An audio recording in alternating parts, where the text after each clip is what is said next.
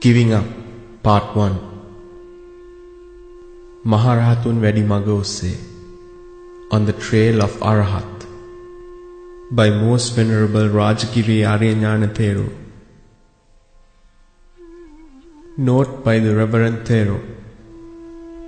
May this humble effort be a help, strength and a path only for those skillful clergy and the laymen who, having clearly understood the dreadfulness of this ruthless, harsh and dreadful journey of samsara, are trying hard with much determination and perseverance to realize the Four Noble Truths within this lifespan itself. May one apply this to one's life to the extent that one comprehends. If there are mistakes in meanings or grammar, may you not collide with what's not your fault. If there aren't any mistakes, may you see what's right as right. Through all the meanings set out in this, may there be virtue and good on all of you. May one be a help unto one's own self.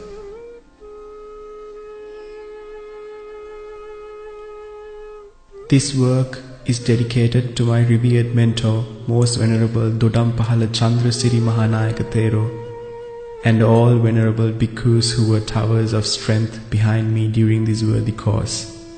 And may all of them be blessed with good health and longevity, and realize Four Noble Truths within this life itself.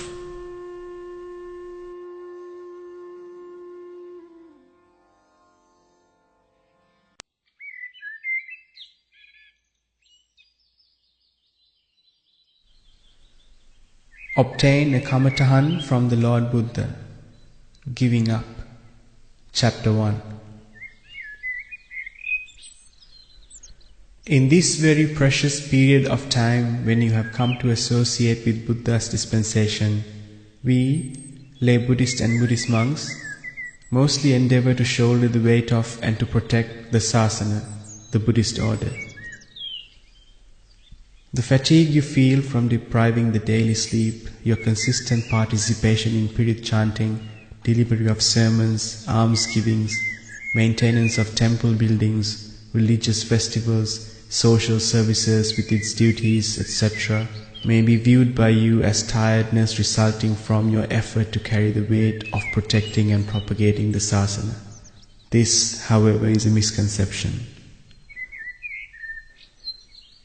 In reality, the Buddha Sasana cannot be a burden to you. It is a thing that frees all burdens from you and provides consolation. Our determination should be not to shoulder the burden or the weight of the dispensation, but to experience the freedom and the lightness of this dispensation.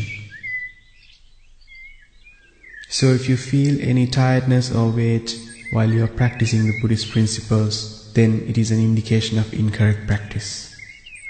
This question must be kept in the forefront.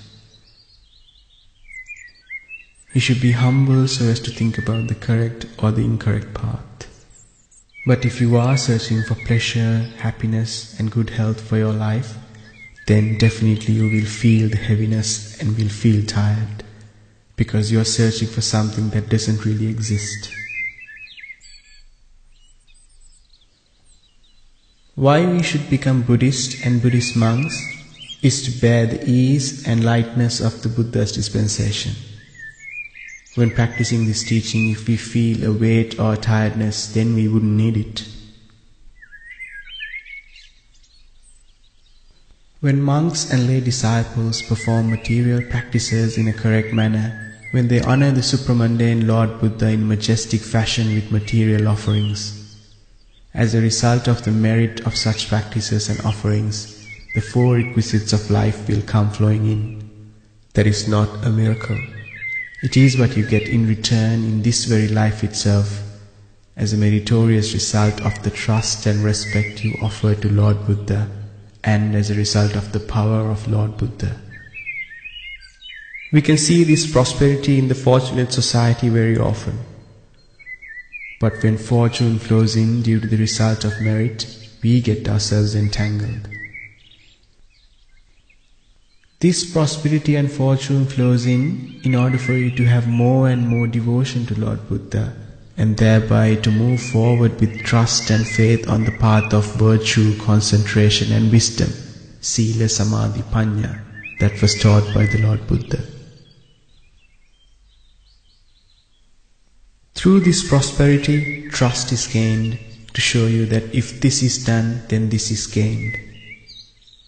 Here is the point where you must be skillful to incline from material offerings into principles and practice. However, we, so as to cling to the material prosperity, get stuck in the material offerings. Thereby more and more prosperity flows in. Finally, this fortune of requisites grabs us, gets hold of us. This situation leads you to reside where you thought the happiness lies, makes it a resting place, rather than continuing your journey to Nibbana through the path of Sila, Samadhi and Panya. You see no fault in this situation. Now you are intoxicated with this prosperity, fortune, and you cannot see beyond. You become short-sighted. You cannot see that path of Panya which lies further ahead. Why? Because you are walking backwards now. Turning your back to the light, groping in the darkness, what are we searching for? We are searching for the elusive happiness and a fortune of prosperity that doesn't really exist. The dimensions, the limit, the satisfaction, the unsatisfactoriness of the happiness and prosperity of the fortune you are searching for lies within you. The judge of these is your constantly rising and ceasing impermanent mind. But you keep looking in the world for that happiness and comfort which certainly would never be found. The devoted trust you have for Lord Buddha is what shows you the path for you to both receive as well as to relinquish. You need to be skillful in this instance. How? To be rid of the gains and instead to see the Lord Buddha, who has shown the path for you to receive the benefits and the luxuries of the four requisites of life. When the Lord Buddha has given you the opportunity to see Him, you tirelessly keep wasting your time searching for this elusive happiness. When you are fatigued and busy, at that moment ask yourself, aren't I looking for that non-existent happiness too? For what purpose do all human beings exhaust themselves 24 hours a day? They exhaust themselves to possess things, for them to further accumulate. And to possess what? To accumulate and possess more comfort, happiness, responsibilities, leadership, etc. In fact, not only humans but also the animals are struggling, exhausting themselves in search of comfort and happiness. Devas in the heavens too, having descended to the Deva worlds, indulge in the divine comforts, divine nutrition due to the desire for such comforts. Due to having assumed that such comfort is eternal, permanent, thus going behind and chasing after further comfort and happiness, the ultimate thing that they accumulate is craving. Through this craving, it is only demerit, unwholesome sin that is born. In this journey of searching for unsuccessful, fruitless happiness, all beings unknowingly fall into the four hells and thereby are subject to infinite suffering. Even those Brahmas who live in the Brahma worlds associating the wrong view and not having taken the refuge in the triple gem are subject to fall into the four hells and subject to this infinite suffering. Other than those Brahmas or Devas who have taken the refuge in the triple gem, all other beings are subject to the same fate in this pursuit of happiness. Divine prosperity is short compared to the lengthy sufferings of the four hells. Devas in the heavenly realms, due to continuously indulging in infinite sensual joy, being more and more greedy for such sensual prosperity, due to chasing after the sensual pleasures with vigorous desire, and due to the continuous increasing of the craving, they accumulate demerit. Due to this reason, they quickly diminish in their divine prosperity. There is a great chance of devas yet again falling into the four hells. Therefore, the divine happiness is short. Those beings that live in the four hells, because of the suffering they endure, enmity, ill will, anger and hate are the means of their livelihood. Because of this, in every moment of their life, they only accumulate a vast amount of demerit, unwholesome sin. And as a result, due to the growing demerit, those beings fall from suffering to further suffering. They become patrons of the four hells. Even the Brahmas in the Brahma celestial worlds, although they have the opportunity for enlightenment the moment they see and reflect on the impermanence of the samadhi they experience, they lock themselves out of the doors of enlightenment by assuming that the samadhi is permanent and looking for its joy. In the Brahma world, Brahma realms, there are also Brahma with the wrong view. They, due to their development of the highest forms of Sila and Samadhi when in the human world, have earned the pleasures of the Brahma. Nevertheless, they have not taken refuge in the triple gem, Buddha, Dhamma and Sangha within the Buddha's dispensation. They are non-Buddhists. These Brahma have not developed wisdom, Panya. They are immersed in ignorance, Avidya. Hence, they are subject to fall into the four hells yet again. Since they have developed the Sila, conduct and Samadhi concentration to the highest level, as a result they can enjoy the bliss of the Brahma realms for many eons. At some point in time, if they happen to meet the triple gem, take refuge in the triple gem, develop wisdom, attain stream entry, the fruit of Sohan Phala, they have the ability to realize Nibbana in that Brahma world itself. Until such time, they too are a group who are searching for the non-existent pleasures in the world. They have trained and developed renunciation during their human lives, and they have done so not because of wisdom, but because of the greed for the state of Samadhi, because of the craving, because of the belief that even though they renunciate all other sensual happiness, the joy of Samadhi is permanent. All beings that are in search of pleasures are in a journey where satisfaction will never be realized. Look at your own room or hut. Are there any comfortable chairs, tables, bedding, carpets, radio, food or medicine? All these are for your self-respect, comfort and pleasure. That means you are always with a second person, not alone or by yourself. Think for a while as to how far are you from the concept or the boundary of the three robes and the bowl. To that extent, craving has become such a close friend so as to void your solitude. Although in past lives we have become the universal monarch, kings, premiers and ministers so many times in this samsara, and there we have experienced majestic prosperity to the maximum, yet in the present we are in a race to find untried tastes and sensual comforts because of the unawareness of what we had experienced throughout the samsara.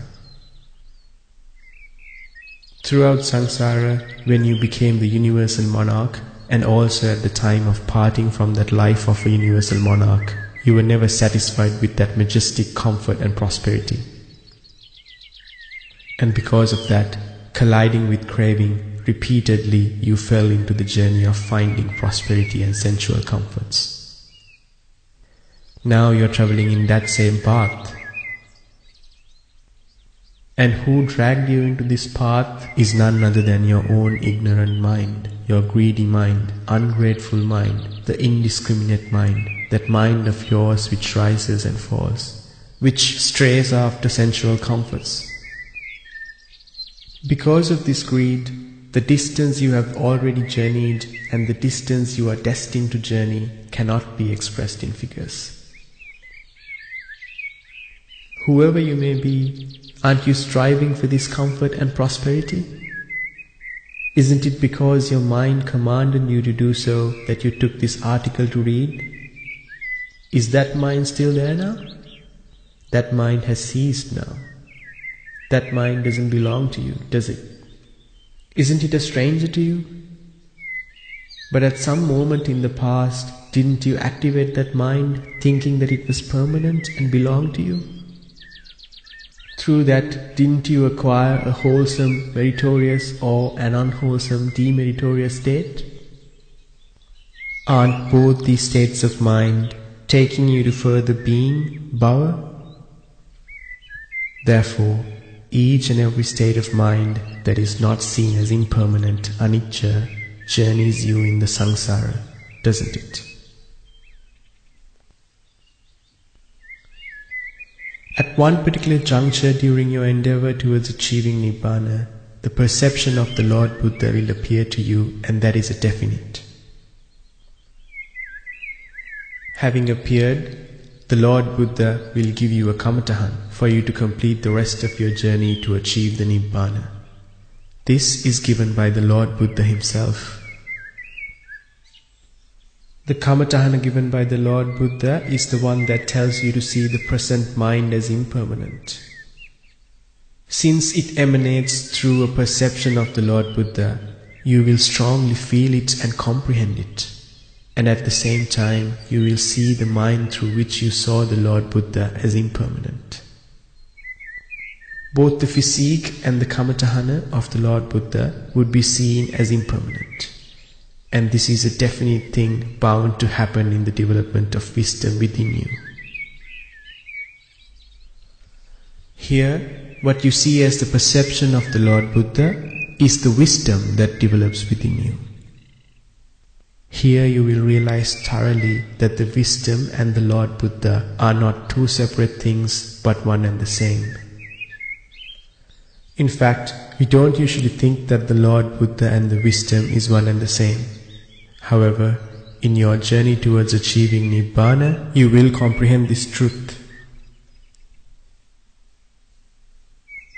If the Lord Buddha were alive today, it must be the same kamatahana that you will receive. Observe the mind which comes into existence as impermanent. Do not soak it with craving, allowing it to be activated. What you have done so far and also what you are doing at the moment is activating this mind, soaking it with craving. See how fortunate you are, although it is 2600 years since the passing away of the Lord Buddha. If you are clever enough, you can get a kamatahan from the Lord Buddha.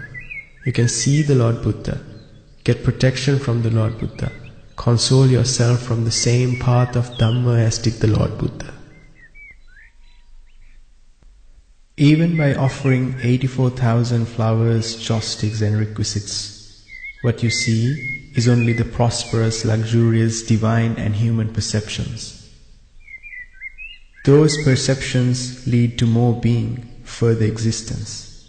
But when you observe and see that mind as impermanent or ceasing, then what you see is the Dhamma. What you see is the true nature of the world. But if that ability or strength has not yet sprouted or developed within you, then what you should do is to attend to the above meritorious practices so as to develop that strength. However, you should not be a Buddhist who stagnates and resides at the same place. You should be a Buddhist who is working to achieve the realization through experiencing and seeing for yourself. Puthajjana, the common man who hasn't realized the Dhamma, is extremely fond of delaying. Even in the past, he only delayed the practice. Majority of Buddhists, even at present, wishes and hopes to achieve Nibbana by listening to the Dhamma during the time of Maitreya Buddha.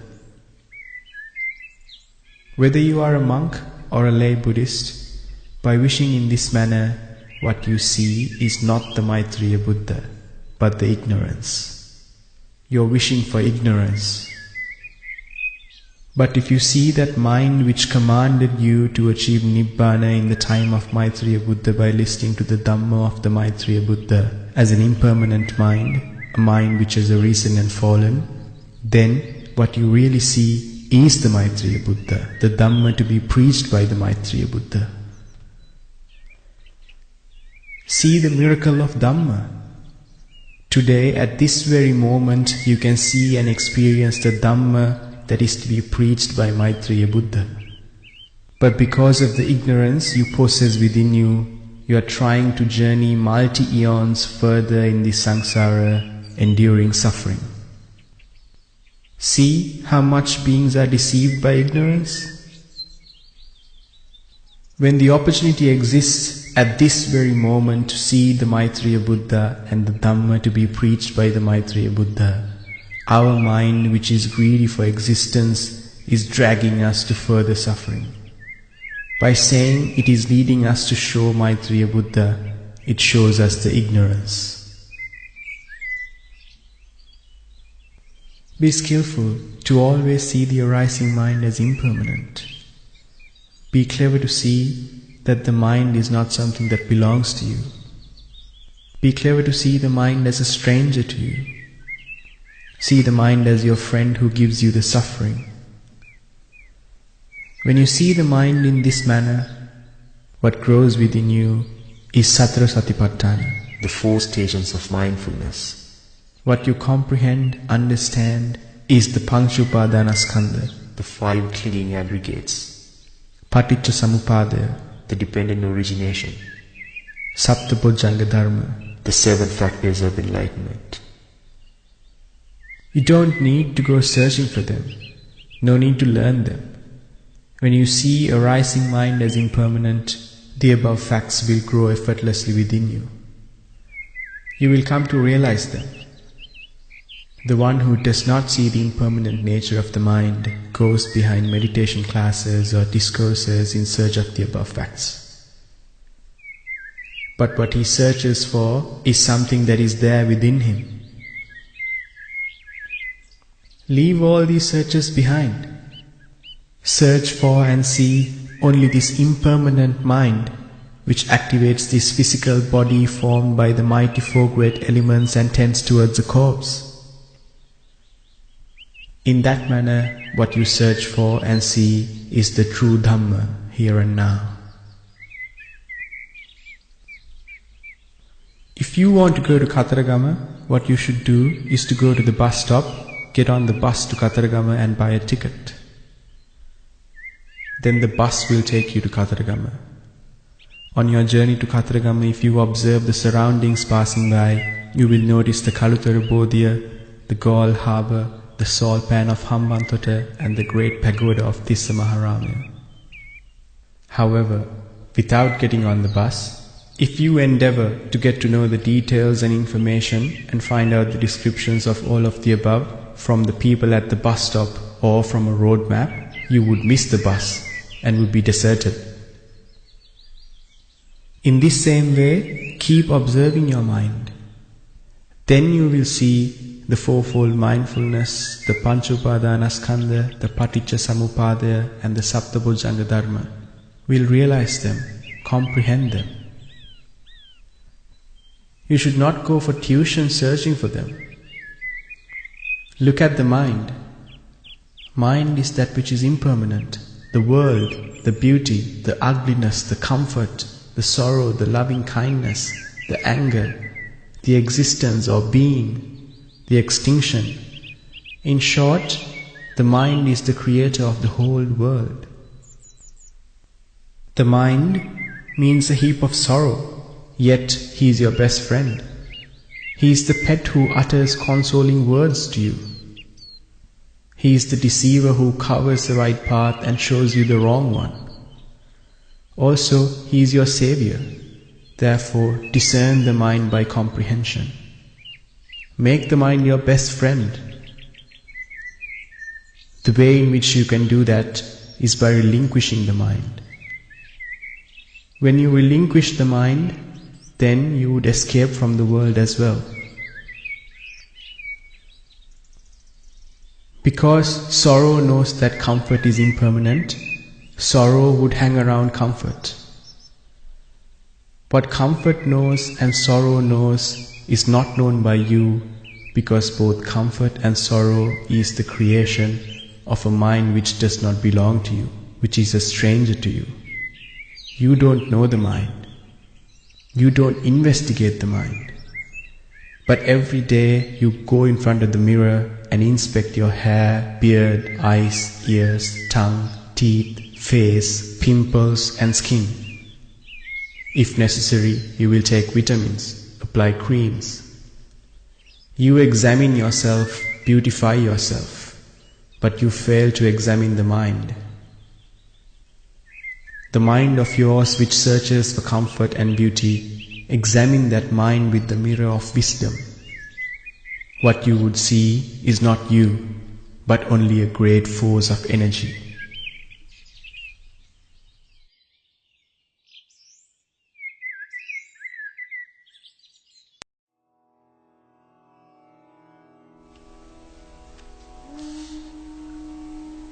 Let's comprehend this body instead of reconditioning. Giving up. Chapter 2. If you were to travel around the country, what you could see all around is attractive, elegant organizations or businesses. In the past, other than a barbershop, we did not find such things. Such businesses which add color to the forms and figures, radio stations, television stations with attractive programs to color and make your body attractive, to make things glitter. So many are the programs. Those fashionable men and women directors with such pride and conceit treat their bodies with milk, yogurt, cucumber, carrots, egg yolk, creams, gel and dyes, etc. Take great effort to defeat this body which has inherited birth, decay, sickness and death. To beautify this bodily corpse, to stop the wrinkles, to make it radiant, remove hairs which exist, darken the grey hairs, color the black hairs. Look at these wonderful miraculous actions. Having so beautified the body, polished it with designed fashion, designed bangles, chains and rings, when the body beautifying is accomplished, how beautiful this body turns out to be. These meritorious fashionable ladies and gentlemen live in the present in glory without any barriers to their age. Having reconditioned their bodies, having spent their useful time and lived with pride and conceit, do you know with what degree of fear they live? Fear that thus artificially arranged fake nature of their body, the shape, the color, will be disowned or will fade away. What suffering and effort they undergo to stop this loss or fading. Isn't it this tireless effort that continuously makes the huge growth in the field of attractive programs in those television stations, fashionable castles of clothing and ornaments? The reason for this rise is the worldling has the fear of diminishing and loss of such forms, their shape, color, luster, rhythm and charm. Irrespective of age differences, the world has fallen to that sickness. They are searching for that which is not to be found. Anything is impermanent in its nature. Hence, what belongs to them is only suffering. Fashion houses, attractive programs, curd, cucumber, carrot, egg yolk are all formulas and memorial monuments of suffering and ignorance. If one were to go in search of those, then he is helpless and completely impoverished. To get out of suffering, he goes after the Mara who creates suffering. To be released from birth, decay, sickness and death, he goes in search of birth, decay, sickness and death. Those who talk only about the enjoyment of form, rupa, those voices of ignorance only drive you from suffering to more suffering, not to extinguish suffering, not for satisfaction. If there is interest in you for release from suffering, for ultimate satisfaction, then you must not listen to the voice of ignorance, must not be its slave or its prey. You must have met many wise men and women who march the path of Dhamma. There are those who have not fashioned this body artificially or not distorted its nature.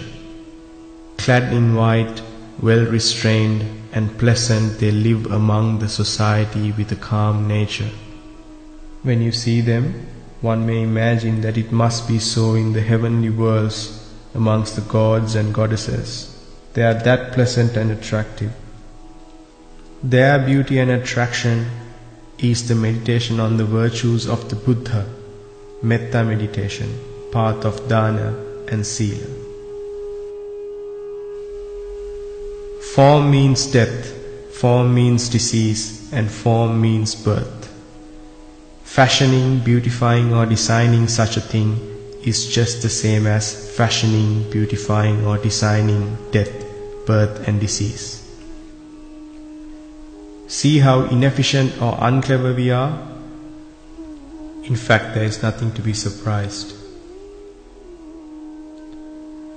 When the grandmother dies, having lived 80 years or so, her coffin is placed in the middle of the hall and lit with multicolored bulbs, thus showing the greyed hair, wrinkled skin and swollen face very clearly. Even though they would say the grandmother's face is beautiful and the face has a smile. See how we praise the birth, decay, disease and death? Coloring the graying hair on the head, creaming the wrinkling skin, shadowing the eyes, painting the nails is like attending to death and disease. You must reflect thus. A bride who has to step onto the bridal podium before noon, when the beautician decorates her, it means he begins to conceal, cover and suppress her birth, decay, disease and death from the early hours of the morning. Not only that, she is given advice 1 month prior to the wedding how to cool her body, to beautify, to be pleasant and to be radiant. What is this effort? Not to show the reality of birth, decay, disease and death. However, she is not shown how to develop loving kindness, metta, to keep her mind at ease. See the work of Mara. Along with the evil effects of the form while relishing the enjoyment, even metta is not taught. In the midst of the guests, approaching the midday, being tired, fatigued, without rest, the bride's sweat and tears now pour down, and dissolving the powder, thus show the signs of birth, decay, disease and death. Once again the beauticians begin their work to conceal all with further creams and powders. However, back at home, the bride and the groom see each other and show each one signs of reality. All that beauty is not as beautiful in reality. And does the bride or the groom grieve about that? Not so. The birth, decay, disease and death which are now home is taken as mine. She takes him as mine and he takes her as mine. They come to an agreement. Even if we are to eat salt and rice, we will live so. It means we will take this suffering as happiness. My birth, decay, disease and death you accept. Your birth, decay, disease and death, let it be mine. Let alone the suffering which belongs to one, even the other suffering is taken as mine. In the name of marriage, what happens is, going towards happiness, you have moved to own a mass heap of suffering. In effect, you have not really brought a bride home, but suffering and what belongs to suffering. What is the cause for this stream of suffering? By taking the form as mine. What then is the form? Form is the body of a venerable monk or a man or a woman. Based on what does this body survive? On food, water and medicine, etc., and so it must be. What is it made of or based on? On what does it exist? Because of the hardness, wateriness, warmth and airiness of the four great elements, namely the solid Patavi element, water Apo element, fire Tejo element and the air Vayu element. By the nature of these elements, the body has formed. The elements do not exist individually at any stage in any single part of the body. One cannot take them separately, as this is the solid element, the water element, the heat element, or this is the air element. As an example, if you take a piece of flesh from your body, this piece has all the four elements. Its hardness is the solid element, its blood is the water element, its warmth is the fire element, its air element is the blood flowing due to pressure. Therefore, this piece of flesh has all four elements. Normally, we would call it the solid element, but this piece of flesh contains the other three elements too. Similarly, take a portion of urine. Normally, we would call it the water element, but the impinging effect is the solid element. The warmth you feel is the fire element. The nature of flowing is the water element and the forming effect is the air element. This shows the urine contains all four elements. Any form which is personal or external, the nature of all form is as mentioned above. But our discussion is on the personal form, which is your body. Now it is clear to you that body means form and the form consists of the four great elements. These four elements always remain in difference or changing. We perceive this change as impermanence.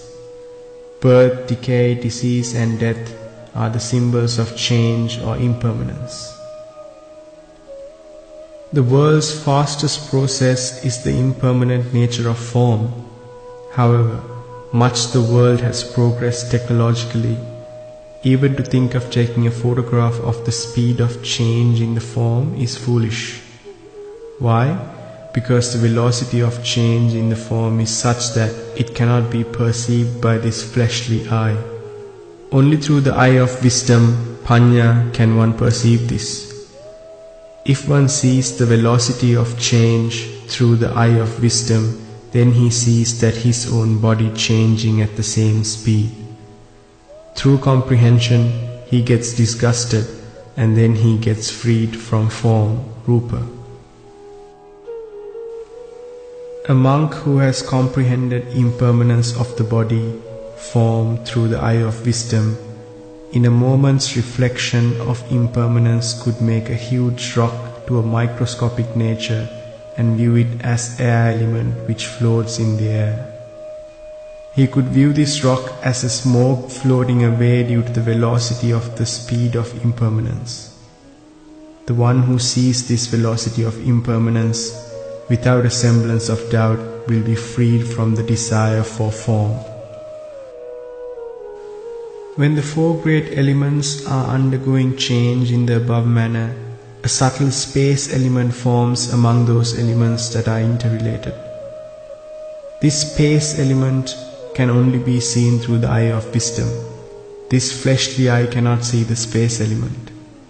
Normally, the space element is described as the space between the ear holes, nose aperture, or the navel.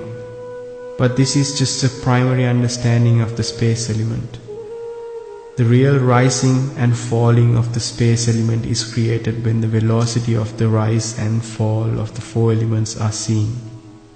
This space element must be seen through the eye of wisdom. Here is a simple example. Go near a table and place your palm just over the table.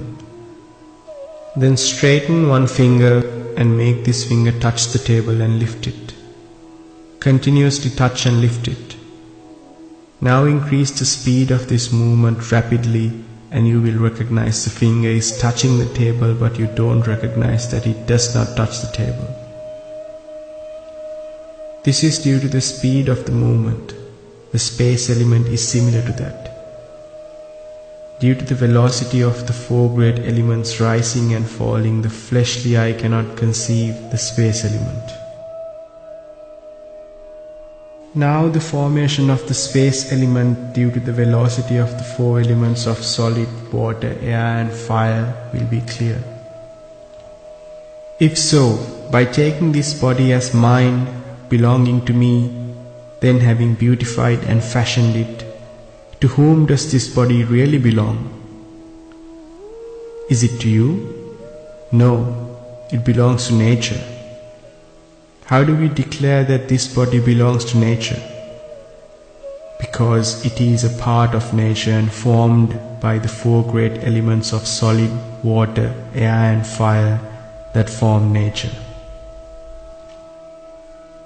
It means that the sun, moon, stars, clouds, mighty earth, trees and bushes, devas, brahmas, animals, all of them are formed by the four great elements.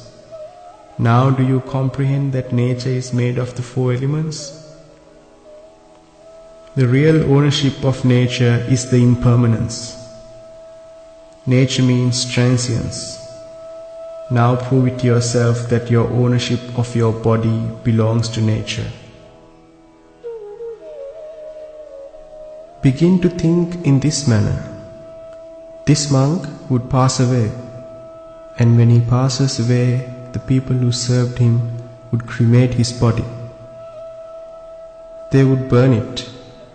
When his body is being burnt, you don't address the burning fire as the monk. You call it the fire element. When this monk's body is sizzling and burning, this fire burns due to the fat in the body. When the fat surfaces to the skin and keeps burning, you don't address the fat as the monk. You call it the water element. We don't address the smoke which rises to the sky from burning fire as this monk. We call this smoke air element. After the body has burnt, we don't address the ashes and the bones as this monk. We call it the solid element. Then carefully observe that body of the monk carried for long years. To whom did it belong? Finally, where did that body end up? To nature itself. To the nature of the four elements of solid, liquid, air and fire. We then only see the nature of impermanence in the monk, in the fire, in fat, smoke, bones and in ashes. It is only the diversity of the four great elements. Put forth effort and align to see yourself in this manner to one's own life. What belongs to nature, what belongs to impermanence, to fire, to smoke, to ashes, what belongs to fat. Having claimed ownership as mine, as ours, as our husband, wife, father, ownership as our mother, we suffer immensely. So are we, the unfortunate human beings. What surprises more is not that fact, but the fact that having claimed ownership of this body, the multitude of demerit we acquire. We give self-respect to this body, give the first priority, be noticed, give comfort. Through the three doors of thought, speech and action, acquire a vast amount of demerit and fall into the four hells. Isn't it so that we fell into such an unfortunate state because we claimed ownership of something that does not belong to us, but belongs to nature and to impermanence? As mentioned earlier, The bride and the groom, to overcome birth, decay, disease and death, are nourished with yogurt, egg white, curd, cucumber, carrot and so on and so forth, are nourished by fashion designers to be given in marriage. You must reflect that all this effort to decorate is to give comfort and pleasure. This comfort and pleasure is given to the fire, smoke, ashes and oil, which does not belong to you.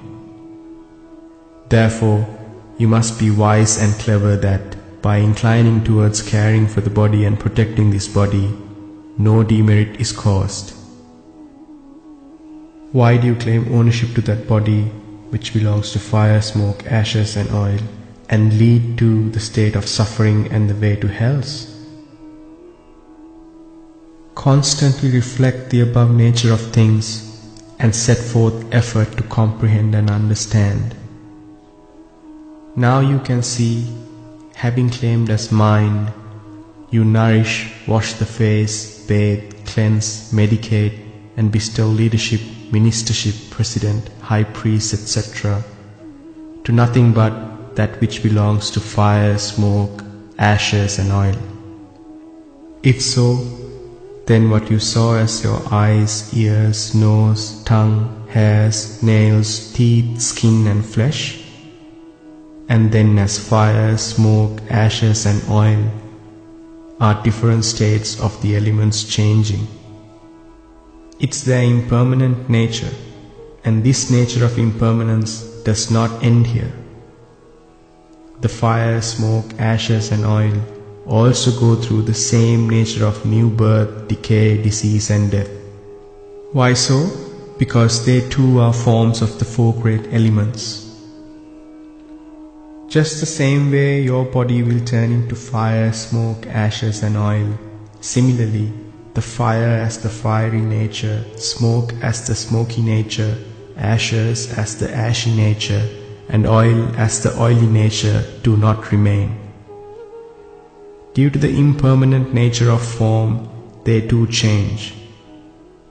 They change to vapor, wind, clouds, rain, mist and dust, and the trees, fish and animals depend on them. See the transformation of things which has taken place from your body that you beautified with all those substances mentioned earlier. While you were walking in the street, imagine you are faced with a smelly garbage dump. It's nothing but a rotting body of a human or an animal which in the past assumed the body as mind. This is the changing nature of the elements. He would have adorned himself with gold and silver. Look at the mighty ocean. Every drop in it would be the tears flowing from the eyes of all beings, blood and sweat of all beings. When the body burns, the smoke which emanates collects as vapor, forming clouds, then pours down as rain. Every drop in the ocean in the past would be from a human body. What we see as the ocean is the ever-changing nature of the four elements, the impermanence of the form, Rupa. The world's most beautiful actor or actress, at death, if their body is burned, that body unites with the rain, with the water, with the earth, with the air, and even unites with trees and leaves. Then isn't it this same impermanent changing nature of this body, the rain, the sun, the water, the air, in short, the nature is made of? Just as much we pronounce due to blood, our relation with the mother, the father, sister, brother, uncle, auntie, grandpa and grandma, so are we related to the rain, the water, earth, trees, etc. Why? Because in the past they too were made of our body, flesh, blood, fire, smoke and ashes. Reflect on the human body. Due to the impermanence of the elements of the eyes, ears and the body, it changed to clouds, water, earth, ocean and trees, and even to garbage. This nature repeatedly changing without beginning or end drags on like a circle. Just as the rain, clouds, fire, or the earth does not belong to you, your mother, father, brothers, relatives, sons and daughters, do they belong to you? All this is a diverse nature of the four great elements, and this diversity is due to impermanence. Therefore, this body belongs to four great elements, the four great elements belong to nature, and the nature belongs to impermanence. How can we claim ownership of that which is impermanent? You must comprehend the above nature and see things as they are. Then through comprehension, understanding and seeing thus, you will be disgusted. Because of this disgust, you will begin to disown and let go of this body. This disownership brings you freedom, the world's most supreme Aryan freedom.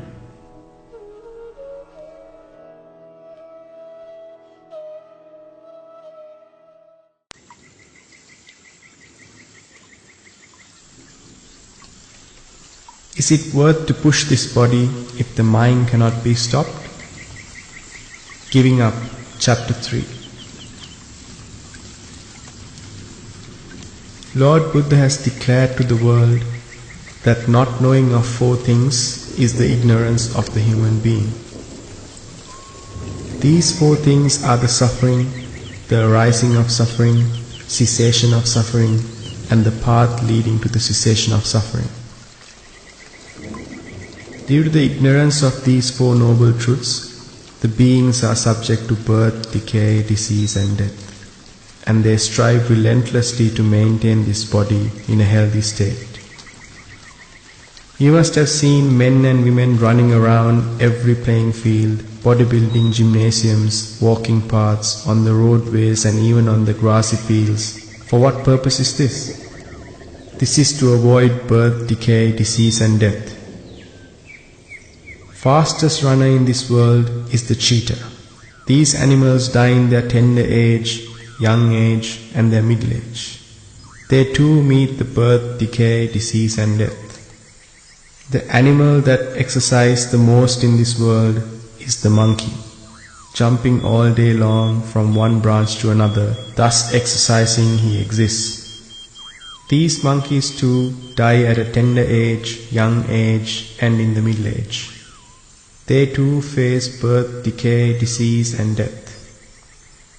Therefore, either through running, walking or with exercise can one stop birth, decay, disease and death. The day we begin to stop this running, that would be the day we can overcome birth, decay, disease and death. Whose running do we need to stop? We need to stop that running mind with its desire for this body.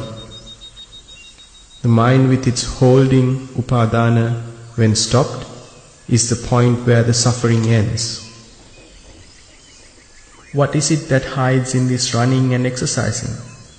It is ignorance. This running is simply running more towards ignorance, towards the world, towards suffering. What we are trying to maintain healthy is a body that inclines towards ill health at every moment. What you are trying to fill up with muscles is a body that wrinkles towards ill health. There never existed or exists a person in this world that by running or exercising got a solution to relieve this body from birth, decay, disease and death. The one who sees that this body is a nursery for birth, decay, disease and death, then having got released from the lustful desires towards the form, is the one who is freed from suffering. Now the common man, Pruthagjana, one who has not realized the teaching, without seeing the danger in the form and its evil effects, is subject to birth, decay, disease and death. And so he grieves, trembles and fears. Beauty will disown me, beauty will vanish, and the good health too will vanish, and so on. The one who has a lean body will build his body and be happy. The one who has a huge body will slim his body and be happy. The fat one will get rid of his fat and try to be happy. The one who lacks vitamins will supplement with all vitamins and try to be happy. What is it that we see in all this? What is in excess we reduce, and what is reduced we adorn. One clings to that which is less, and the other clings to that which is in excess. Where is the limit of all this, the border of all this? And who decides this limit or the border? The decision maker is the common Pruthakjana mind. Having reduced or added, we have gradually reached the borderline of death, and we surpass that border with dissatisfaction. Why? Because we changed our nature without the thought that we will die, but holding on to the view that we will remain healthy and be submerged in health. When that view that is health starts to show cracks, all what remains is dissatisfaction, the fear of death and conflict. In this conflict, neither exercise nor strength nor vitamin syrup will help. What you inherited through all the above is only suffering. During your lifetime, if you only train to gain permanency through physical strength, exercises and so forth, and at the time of death, if this perception appears as the last wish, if you cling to the above states, then your next birth could be in the womb of a cheetah or a monkey. Why? Because the way you wish to be and held on to your life to run happily and to exercise happily. One time when a bhikkhu was in deep concentration, samadhi, he saw this vision. About 200 meters above in the sky, a team of about 20 persons was performing gymnastics on swinging cradle-like instruments. Without any fear and with rhythm, they were descending to the ground and again ascending to the sky. They were performing a dangerous sport without any fear and with ease and comfort. They were somersaulting and enjoying on bridges made of coir. They do not belong to the world of pretas, ghosts. They were a group of people in the form of humans with good bodies, clad in white shirts and trousers. This bhikkhu recognized them as a group of people belonging to the devas, gods. They are those who held to such sports in the past in the human world, and now they have again congregated. They are not a productive deva group, but a group that is just above the state of the ghosts. They did not possess the bright light or illumination of the devas. Their bodies represent the latent nature. It is clear when there is holding, upadana, thus is the way in the future.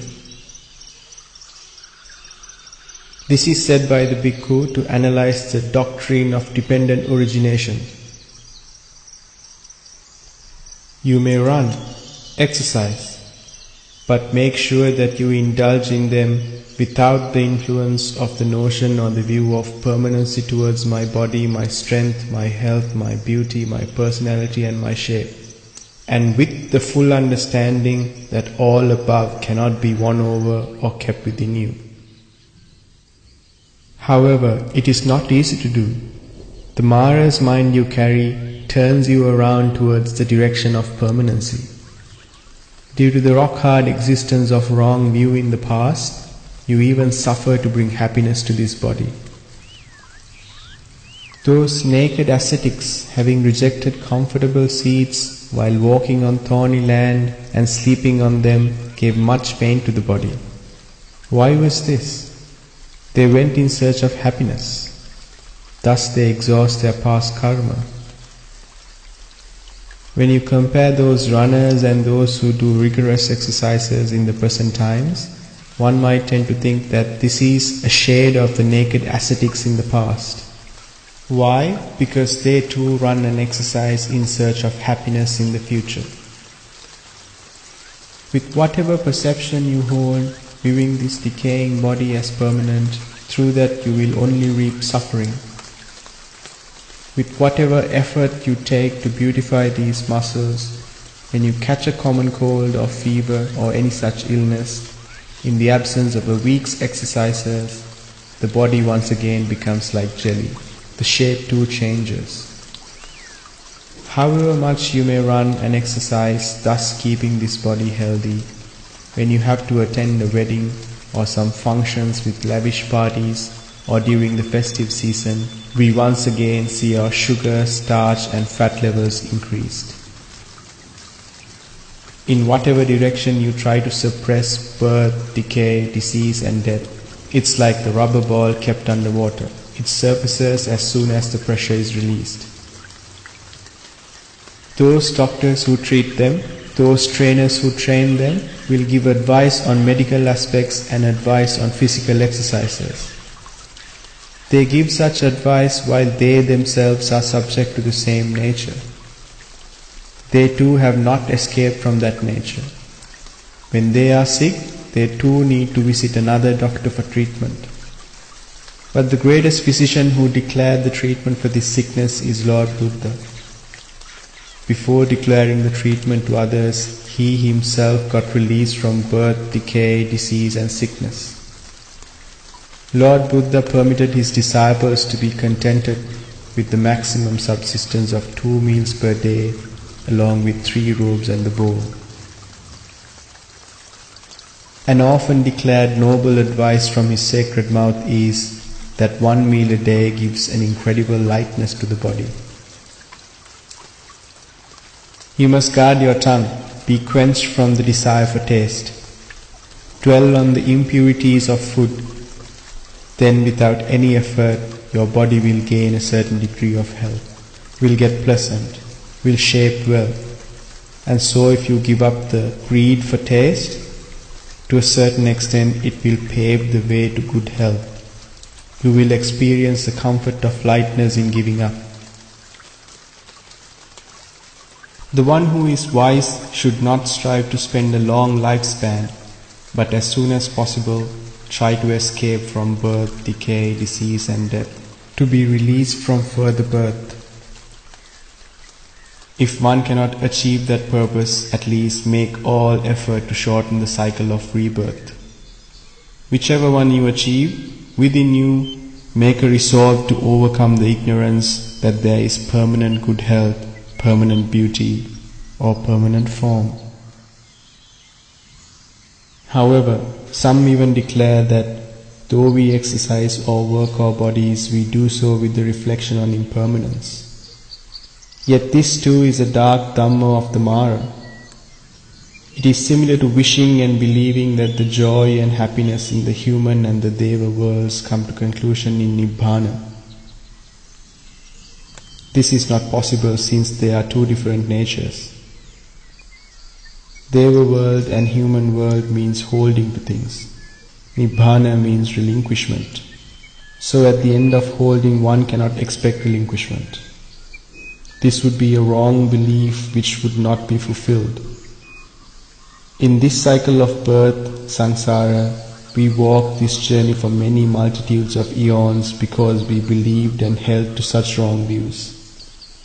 We need to come to terms with one of these natures, either to hold on to things or to relinquish or let go of things.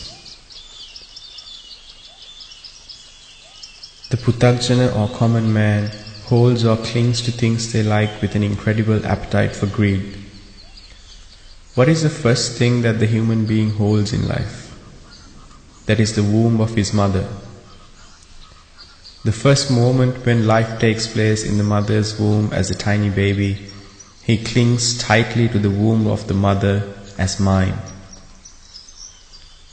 Inside the womb, he succumbs to a great deal of pain. Being centered inside a balloon, both hands and legs being crouched, lives among the pus, blood, fat, dirt, urine, intestines, vomit, and digested and undigested food. In the middle of all that, and being subject to the pressures of the air element in the womb, the warmth or the heat element in the womb, various fluids or the watery element inside the womb, this tiny baby grows. Even though he grows up in such an indiscriminate environment, he does not dislike living in that manner inside the womb. He does not reflect that living in a womb is suffering. This baby clings to the womb as mine. It's his place of residence. This place he has descended, the womb. He clings to it as mine because of the mighty power of clinging or holding born out of desire. He firmly grips it as mine and sees it as a pleasure, not as a place in which he has to suffer in the manner described above. 9 months passes in this manner, and with much fatigue he is born into this world. What a massive innocent pain the mother goes through to set him out of this clinging. How much the mother needs to strain, how much energy she needs to expel. Why does this mother have to go through all this suffering? Because the baby has held firmly to the womb and takes the womb as his residence, as mine, shows dislike and now refuses to leave it. In the end, it's a tough battle between the mother and the baby. The baby sets forth effort to cling to the womb. The mother sets forth effort to bring him out to the world. During this battle between the baby who clings to the womb and the mother who wishes to see the baby and cling for the ownership of the baby, the mother, who possesses the greater strength, becomes victorious. If the mother does not have this strength, the gynecologist intervenes and through surgery brings the baby out by force. See the following sequence of events. The baby, having clung to the womb, strives to remain so. The mother, through clinging as my child, strives to carry him in her arms and claim ownership. The gynecologist clings to his profession, through surgery tries to bring the child out to the world. The nurse clings to her profession, with care and without calamity, strives to bring the child out to the world. In all these 4 people, what's active is that clinging or holding. What each one held with desire is that which is seen as happiness. In this manner, when the child is born, he yells and weeps while emerging to this world. Why is this yelling and weeping? It's been his residence for 9 months and now he must disown it. It pains him and he fears the unknown. He is shouting due to his helpless state. The mother and the gynecologist together dragged him out against his wishes, and he opposes it strongly. When the child yells due to disowning of his residence, the mother is exceedingly happy to hear his sounds. She sheds tears of joy. Now I have my baby. The suffering due to disowning and happiness through gaining is what both experience. However, the nature of this experience in one moment turns to impermanence. What happens to the child having been released from the womb and later experiences the world? He then clings to the warmth of the mother and her breast. Now the child clings to greater happiness than where he was. He now clings to his mother's warmth and her breast as mine and enjoys his existence. And now if you try to release him from the mother's warmth and her breast, he begins to yell again, opposes greatly. Now you can see the nature of clinging, from one mode of clinging to another. The experience of the womb fell to the nature of impermanence, and he now clings to a new experience. This experience too will fall into the same nature and follows with more clinging to further experience the father, the swing, kindergarten, school, university, job, house, wife, children, grandchildren, and so forth. When one leaves, the next form is there to be held, and he enjoys things in progression and takes them as mine.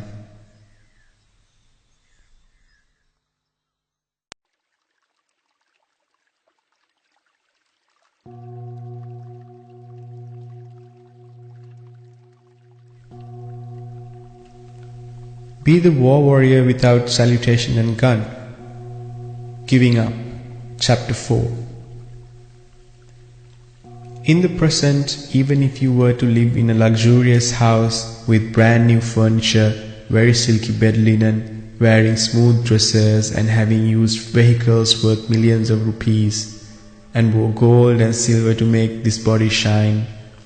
In the past, all of us lived in the midst of pus, blood, fat, dirt, urine, intestines, vomit, digested and undigested food, and crouched in the middle of a balloon, having taken as mine the unpleasant surroundings of a womb, holding fast to it with refusal to leave. How many millions of wombs we may have owned in the past? In the end, it is not to be so. There was no ownership. So many wombs we entered and suffered with consent. In the future too, we strive only to enter further wombs and to suffer similarly, and to take birth over and over again. As long as this wish is within you, other than be sons who take the womb as mine, or mothers and fathers who take sons as mine, there is no escape from this cycle of births. Immediately when a baby is born to this world, what actions would you and your husband take? You name the baby, first name, surname and the birth certificate. But why the birth certificate? To make sure the baby is ours, not to be registered as another. Therefore, as per the law, the baby's identity is well registered so that no future contradictions would arise. In other words, you would take every conceivable action for the protection of this child, with the assumption that this child is mine. But you would not think even for a moment where this child came from. Sometimes this child could have been from another religion, from another race, and he may have even been a beggar in the former life. He could have been discarded from his caste and suffered as a social outcast. May have even been an animal, a ghost, a demon, or even a god, or a Brahman. Having been such and such a being in the past, he took rebirth in the womb of a mother. This child even could have been your mother, father, or a relative. However, you have no idea or knowledge that this child you cradle was a being who could have been your mother, father, relative, or even from another religion, from another race, or even a ghost or a god. This is the force of attachment, shamelessness, nakedness, wrapped around by the subtle garment of craving and greed. Begin to think in the following manner: that you were an officer in the army, and as per your rank that you fight to protect the country, race and religion. Due to your fight, many die at your hands. Let us assume that some of those who died were people who were on the wrong path in a different race. Now you feel compassionate towards them and feel that pain, and feel sorry for their parents and relatives. During such time, while these feelings rise and fall within you, you succumb to death in the field of war. Due to the grasping or the holding to that situation, when you meet with such a death, there is always a good possibility that you would take birth in another mother's womb in that very race you happen to kill. Now your new status and acceptance will be as a child in that new race with a new name belonging to that race with all its genes. When this child grows up, he joins the army which belongs to that race and land. He now fights against his former country. Can you imagine what a cheated, contradictory situation this happens to be? For those long years he fought as a soldier against one land, and then as a soldier once again he fights against his former land. He sacrificed his life for two lands. This scenario does not stop here. Due to the grasping or the holding to the same situation, he renews his being. So it can be very well that though you may have fought one war, being aligned to one race with great pride, it surely may have been that you were in the opposite race in the past, fighting the same war. Due to the same war, you may take birth again in the opposite camp, born to a mother in that race. But we see that what we strongly grasped, held, that element called mind, is ever present. Now it should be clear to you how for many eons of years during this cycle of births and deaths in this world, that you would have been a blood relation of every human being, savage animal, and ghost, god, or a Brahma. Through acceptance you may be recognized as different from another, but we all are blood relatives. Yet the world goes into war through racism. They do not know, they do not understand that the war is not in the field of war. Still they think the war is in the battlefield. But the first seed of war begins in the ignorance-filled mind of a human being. War begins in the mind. Why is this so? It's due to the holding born of greed or craving. If someone were to think that the wars in this world can be stopped, then it's just a myth. One cannot stop wars. Either side cannot be finished. However, with the bigger power it can be subdued for a while. Yet it's only temporary. The war can be stopped not by killing the people or killing their view, but only by killing the ignorance in the minds of the people. Death of ignorance gives birth to knowing, which means wisdom, panya. Wisdom means victory over the greatest war in the world. The one who thus attains victory does not toast to such victory, nor does he invite people for dinner, raise the national flag, light firecrackers, nor does he receive the guard of honor with gun salutes. Why so? Because he is the one who has stopped all wars. He no longer takes form, rupa, as mine, and neither clings to it nor rejects, nor is he in conflict with it. He does not go to war over form, does not quarrel. He identifies through understanding that form is impermanence. Not only the war fields, but also the weapons and ammunition, such manufacturing factories and the entire army has been made redundant and left aside. He has not done this through the use of arms and ammunition, only by the use of the weapon called right mindfulness and awareness. He was not victorious by grabbing more land, but by letting go of all. Now you should realize by holding to what did the war at home, the war at the village, or the war in the country started. What you held, let it go. Then the war stops. Yet you will not like it. Why so? Because your vision only sees that those things that you held belong to me and they are permanent. What you have held or grasped could be the country, race, religion, status, job, leadership, or whatever. But all these are of the nature of impermanence, and they are the ones with which you fashion your behavior. The Lord Buddha declares that holding or clinging takes place due to craving. And it is this holding or clinging that drags you to birth, decay, disease and death. Therefore, for a moment, stop this running, exercising or bodybuilding, or while doing it, when at rest, reflect for a moment on what this body is, what this flesh is: nerves, bones, blood, dirt, urine, intestines and phlegm. Is there anything here that we could fashion to our needs? What is there in them for us to fashion, to make, to build, to nourish, or even to decorate? They are not meant for any of those stated, but they are meant to be given up. Let them be. Letting go is the right choice. In the morning you spit out, saying, "This does not belong to me." The mucus of the eye, the body filled with dirt and urine, you send it all out as this should not belong to me. The body filled with air, that too you let out.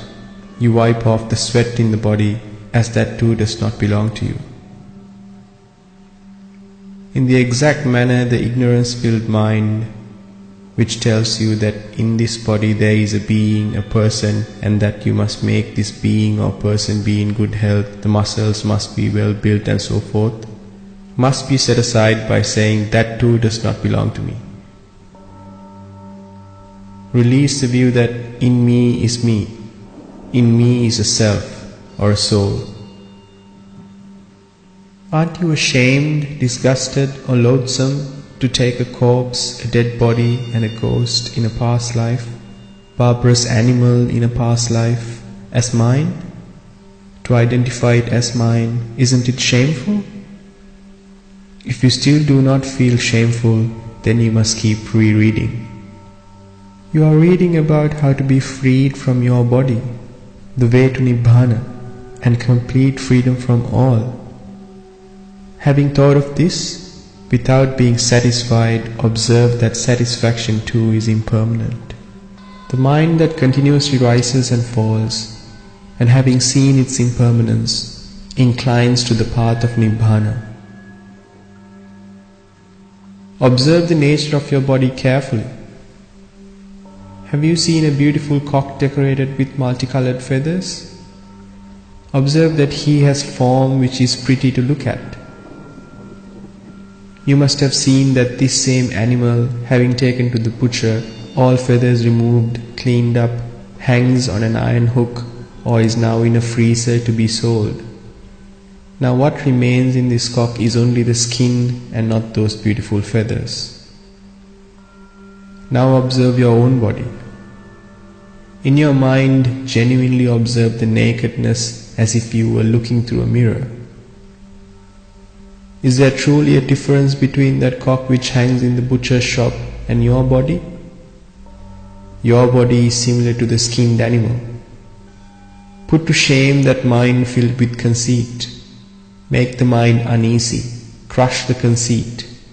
Just like the cock was beautiful due to his feathers, you were made beautiful by the clothes, jewelry, and perfume you were donned.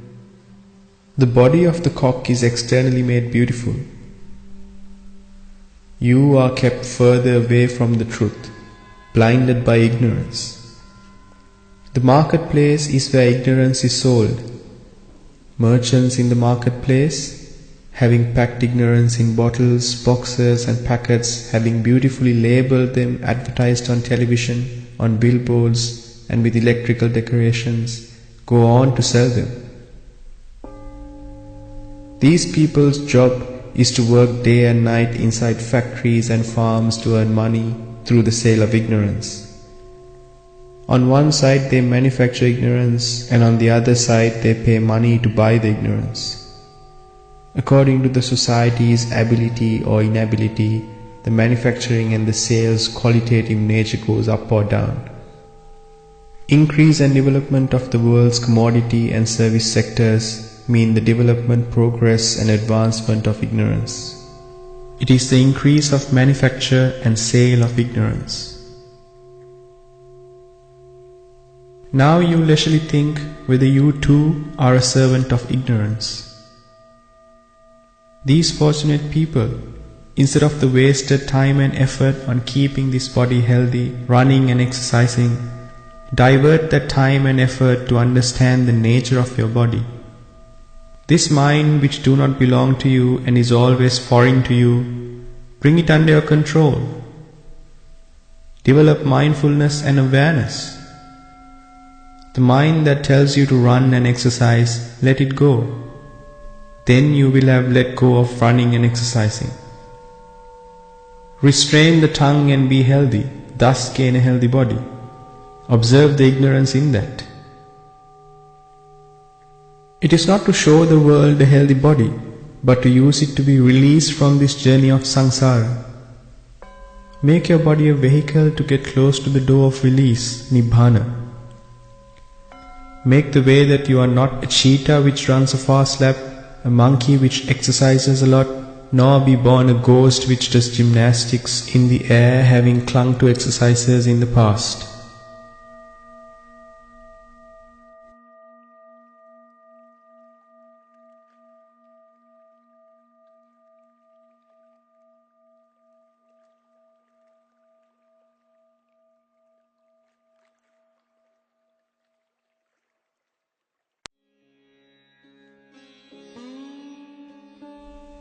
Let there be no distance between you and nature. Giving up. Chapter 5. In this entire system of world elements, if we were to inquire where freedom, as per its exact meaning, can be found, then the answer that can be given without any hesitation is that it lies within the noble Arahat.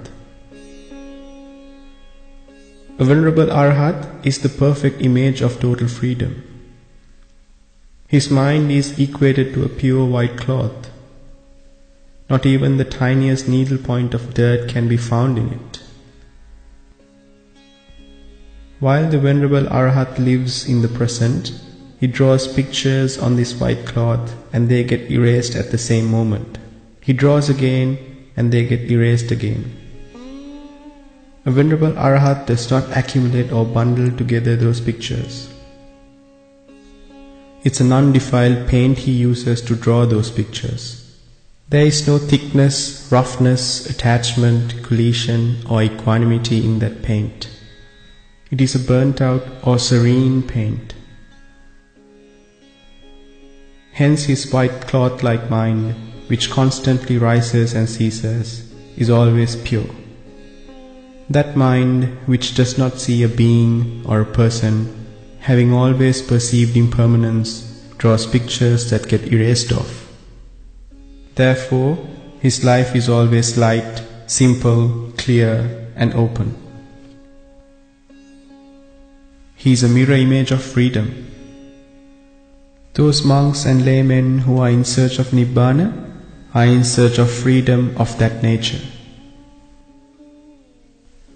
Freedom lies in life where all attachments are emptied. Having set aside all accumulated worldly belongings, one leaves the household to become a monk. Why have you so arrived, having set aside all such things? It is to let go of all those things that were set aside. Reflect diligently. The gap between setting aside and letting go is as wide as that between the earth and the sky. Once becoming a monk, one must train to let go of those things which were set aside. What are those that were set aside? Father, mother, relatives, businesses, land and houses, social status. In short, you have set aside such things that are binding to the 6 sense bases. To let go of them is to be freed of them. Now the goal is clear. If that is so, one should search for a non-accumulative place conducive for the training of letting go. What is that non-accumulating place? The place where defilements are not accumulated, the place where the mind is at ease. If one cannot find such a hermitage or an empty place, then one should, whilst associating a teacher who develops the path, get to an isolated hut. Those places where one could be cornered to attachments, such as to hermitages, attachment to fellow monks, attachment to conduct, vinaya, attachment to gods or brahmas, attachment to bodhisattva, must be avoided. The nature of such places are only conducive to safeguard the teaching and beneficial for rebirth, and not beneficial for the purpose of attainment of Nibbana. By adhering to the above natures, you will only oppose the path to Nibbana. It still may be your nature to move along with the waves. You have left the fires of the household not for the purpose of riding the pleasant waves of the norm, but to swim upstream of that current. If you were to fail, you will come under the influence of flourishing four requisites, local and foreign, lay and monk relationships, fellow and teacher bonds, etc. Do not get attached or hold to anything. Learn to systematically drop off all that have been held. Think that with age, having understood life, that you are a complete person who has arrived with a purpose to this teaching, sasana. However, you must guard against an overestimation of yourself. You must know that there is a higher conduct than the Samanera conduct or the Upasampada conduct. That conduct cannot be received from someone else. It is self-achieved by enhancing one's own effort towards both Dhamma and Vinaya. Vinaya or Sila is only a tool for the comfortable achievement of Nibbana, but not a rope which is used to tie your hands and feet, nor is it a prop which kills your freedom. Like the paratrooper who uses his parachute for the purpose of descent, make use of the Vinaya for the comfortable achievement of Nibbana. As soon as the trooper touches the ground, he releases the chute. Just so, Vinaya means that which is released after having correctly understood the teaching, and not something which is held hard. Holding to Vinaya gives into its desires. Desires do not lead one to Nibbana, but it leads to more being, bhava. One must carefully watch that one is not trapped in thoughts such as, I am in the Vinaya, or the Vinaya is in me. Sila or Vinaya means mindfulness and presence of mind. Dhamma means the true nature of things. Nature of Dhamma is anicca, which means impermanence. To observe impermanence with mindfulness and with the presence of mind is to live in Dhamma and Vinaya. Vinaya is essential not to make repeated wrongdoings. The Puthagjana mind is of the nature to do wrong. Having clearly understood and seen this, one must weed out wrong conduct. To dedicate oneself to Vinaya is a weakness. Without dedicating to Vinaya, one must remove one's weaknesses with mindfulness and the presence of mind. If there are 100 books written on Vinaya and having stacked them one on top of the other, then on top of all, place a label with the Buddha word, Chetanaham bhikkhave kammam vadami. Intention, monks, is kamma, I declare. If one is not confident, not skillful, is conceited, agitated, suffering from an obsession to attain the fruits of the path, then consider to train under a teacher in a disciplined manner. If not, you will be lost. Do not overestimate your ability. Be intelligent in making decisions. Do not be slow or hurried. Be freed from timetables, pre-planning or set order. In the same natural way the moon, the sun, the ocean and the earth behave without any effort, develop the path to Nibbana with your own natural way with ease. Be a part of nature. Do not keep a gap between you and nature. Compare your thoughts with the sun which rises or the moon which descends. Be a warrior who travels upstream in search of freedom. Having paused reflecting on the qualities of the Buddha, continuously contemplate the reason why you became a monk.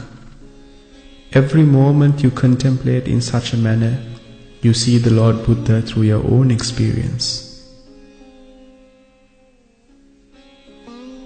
Observe your weaknesses with humility. Humility does not mean timidity or shyness. A bhikkhu should be the one on this earth who chases after the target with all might.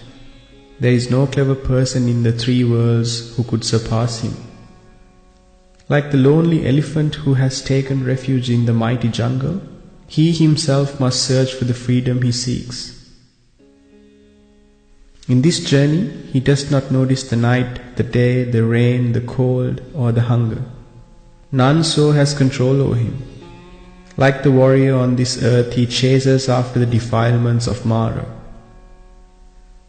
The freedom he seeks must be realized by himself. It cannot be done by a god or a Brahma. They only can give their blessings. In your presence, they are a mere second fiddle.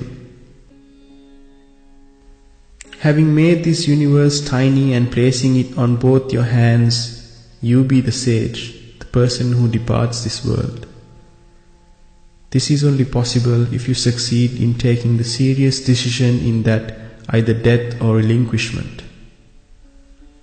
Then the freedom you search can be meaningful and be attained.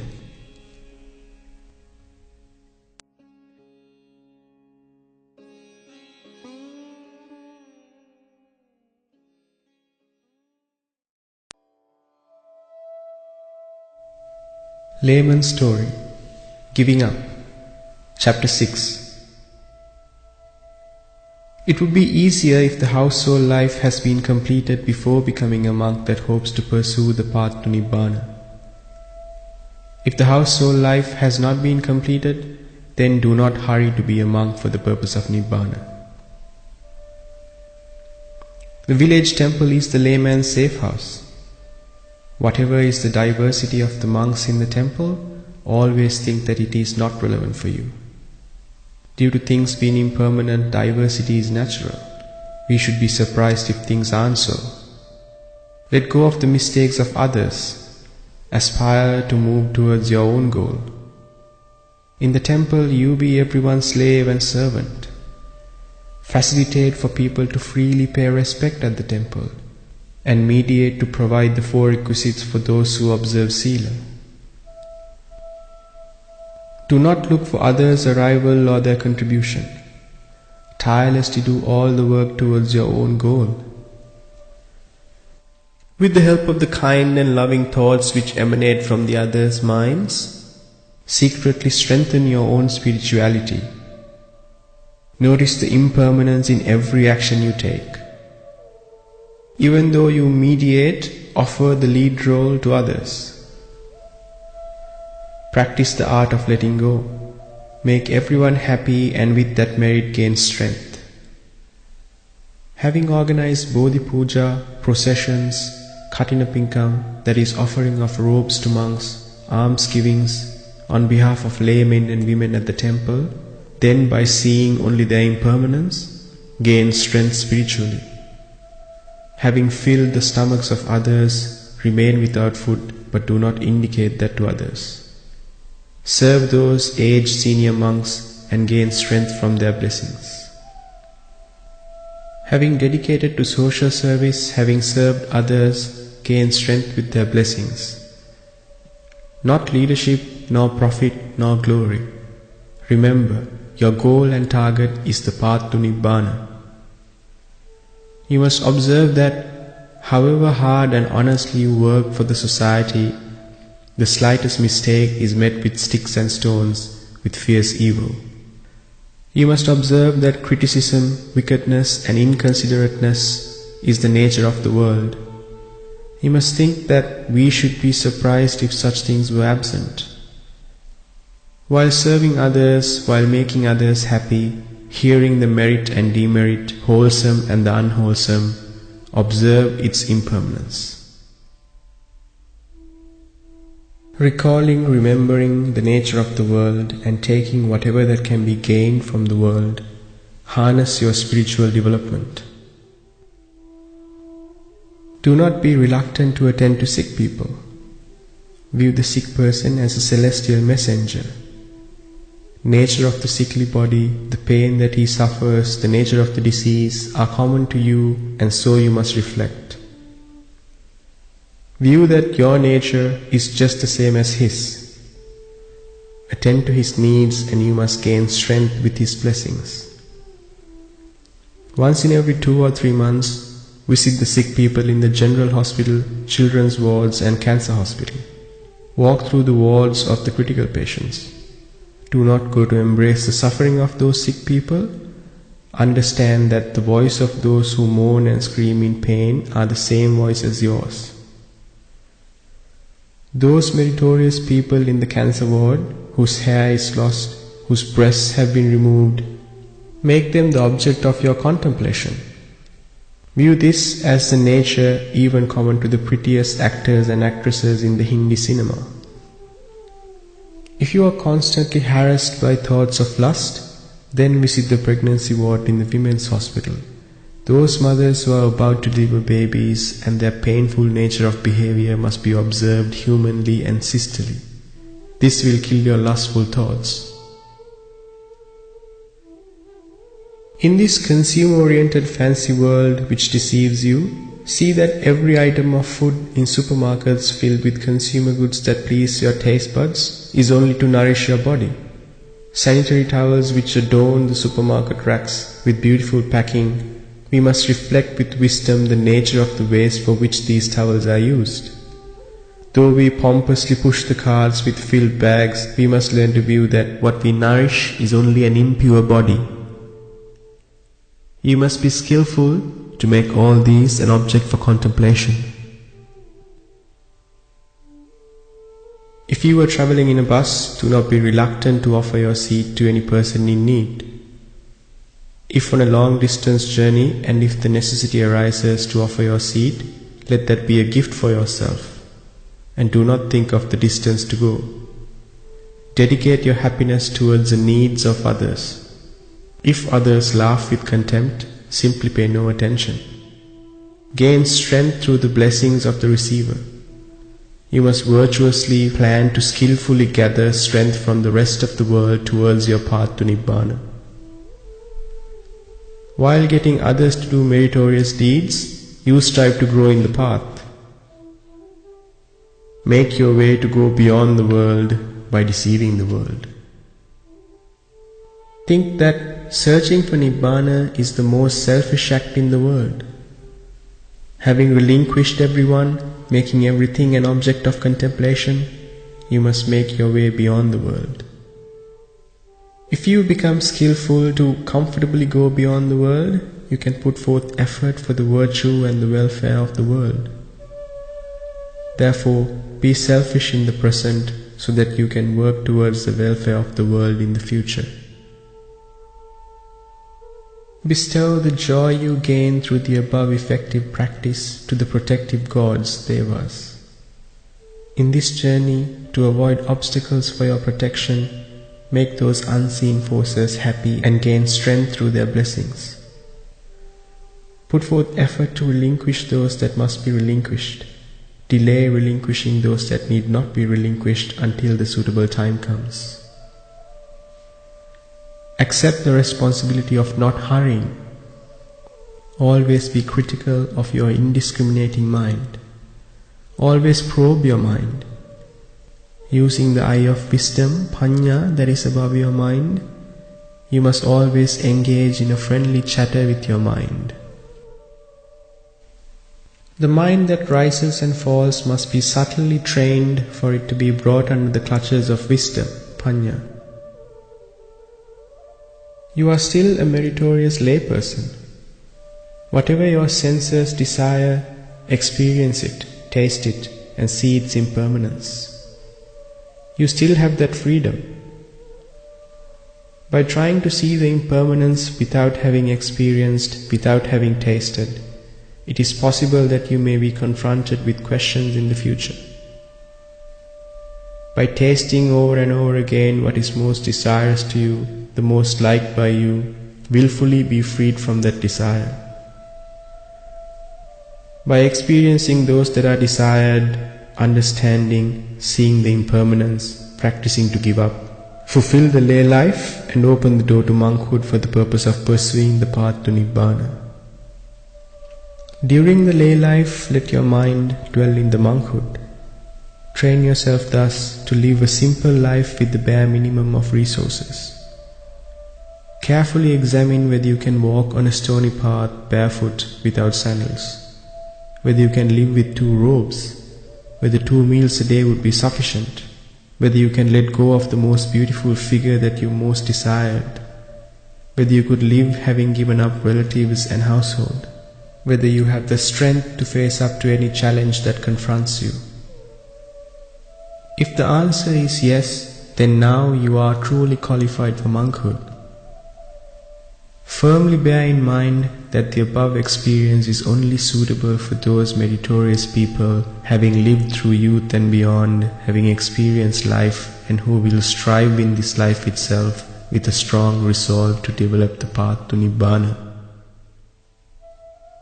However, those meritorious clergy who wishes for human Deva Brahma heavenly realms, or who hope to protect and guard the dispensation of the Buddha, the country, nation and religion, must consider that the above path will not be needed. Why is it so? They have been immersed in suffering, wishing for further suffering. It is due to their ignorance and with the hope that there is happiness in the above objectives.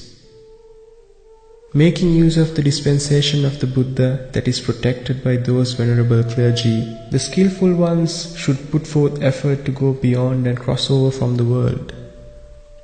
If you succeed to go beyond the world, it will definitely be a great merit for those respectful monks who protect the dispensation of the Buddha.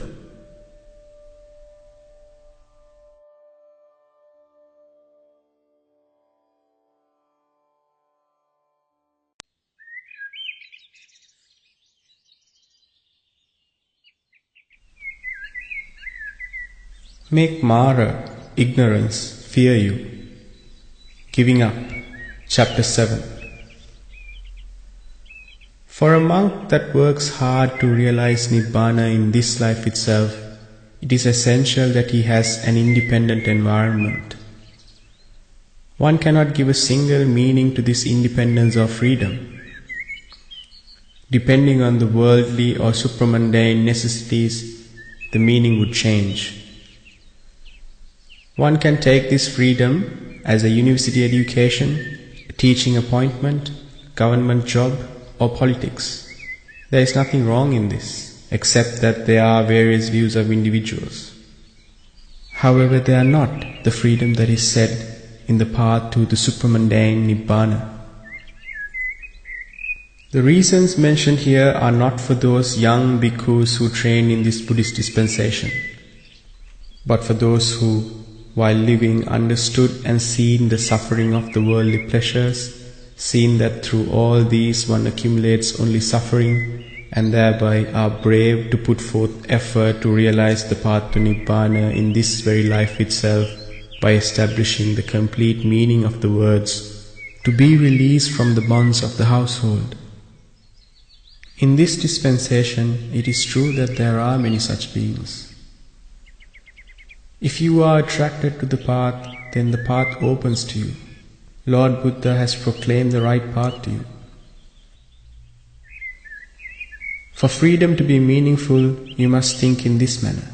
I roped myself not to preach to others, not to utter the sermons, not to administer temples and hermitages, not to succeed to the head monk, not to develop perceptions of Deva or Brahma, but to fulfill the path to Nibbana in this very life itself.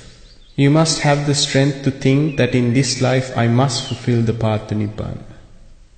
According to the advice of the Lord Buddha, freedom means to be able to think in this manner. As to the teaching of the Mara, ignorance, freedom means to think contrary to this. As a son of the Buddha, firstly you must reflect that Nibbana is within you, and it is not near the Buddha or with the head monk, neither in the book of sermons nor in the Tripitaka. Nibbana is not in any of those things. Knowledge, examples and the path are inscribed in them. There is no argument about that. If you get immersed in the books on Dhamma, what follows is knowledge, lectures on the Dhamma you learnt and attending to discussions on the Dhamma. Or if not, you will be delicately roaming making offerings in the Buddhist mansions or in the compound of the Bodhi tree. The lay people are very fond of these rituals. Popularity, honor and respect the bhikkhu receives are much.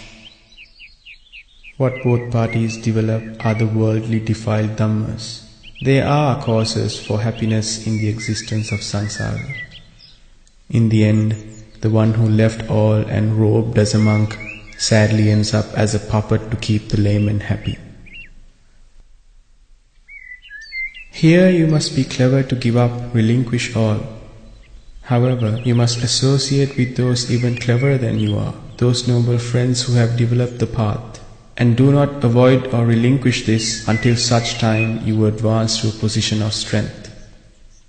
Think and see that the great Lord Buddha is always sitting in front of you. Venerable Sariputta and Venerable Moggallana are sitting in front of you, giving you advice. In this journey, you need no further protection than this. Common jargon is to amass. What do you amass? Knowledge, stanzas, sermons, higher Dhamma, preaching. Let go of this entirely. Feel the freedom and lightness. Pursue feeling freed from anything which weighs. Extinction is an operation, a direction. For this operation, what is important for you is the 3 robes, the bowl, and a lonely hut. If you believe that you are fulfilled in Sila, conduct and Samadhi, concentration, if you have no doubt about your Sila, then it is appropriate that you select a lonely hut in the forest. If you do not believe in your Sila, then you should not be in a hurry to find that lonely hut in the forest. Your inability to gain strength is a prey for the Mara. In the forest caves, inhumans, spirits and demons would stalk you, would make you sick and would make you a mental patient. Do not retreat. To strengthen you, a noble Aryan friend who has developed the path is able to give you many short objects of meditation. Here, the Sila is not whether you are a novice monk or an elder monk or a student of witch head monk, but the firm belief that you are flawless in conduct.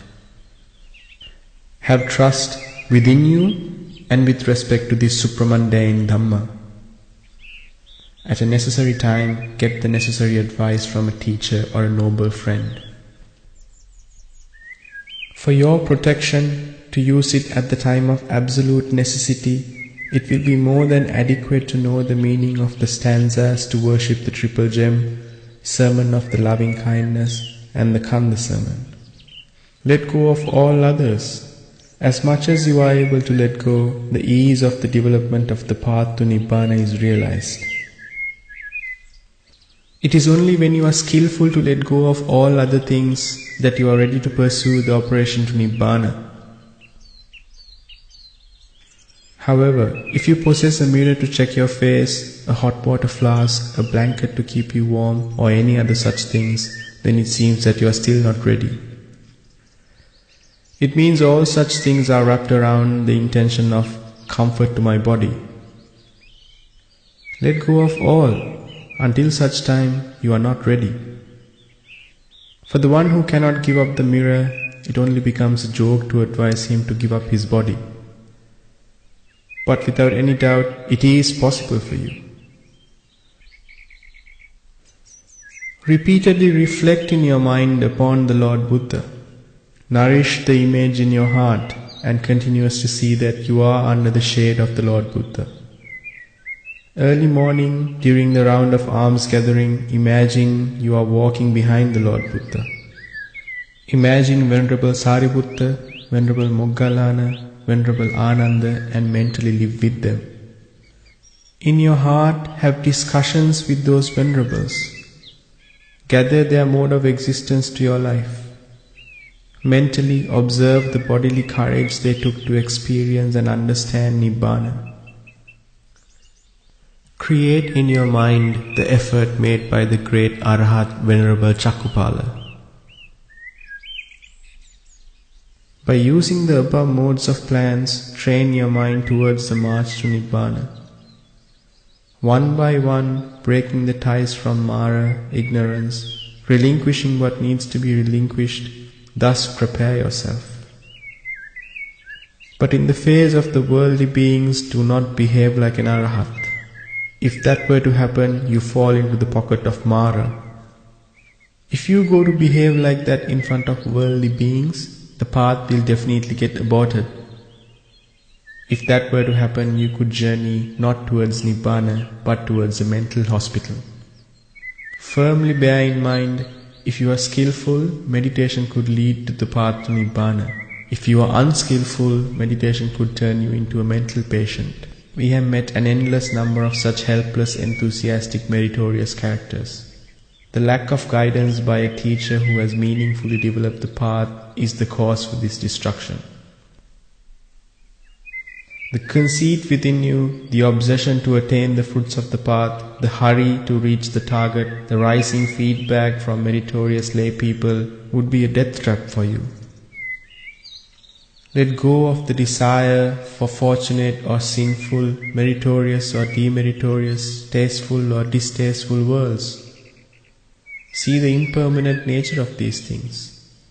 Prepare yourself for the operation of Nibbana.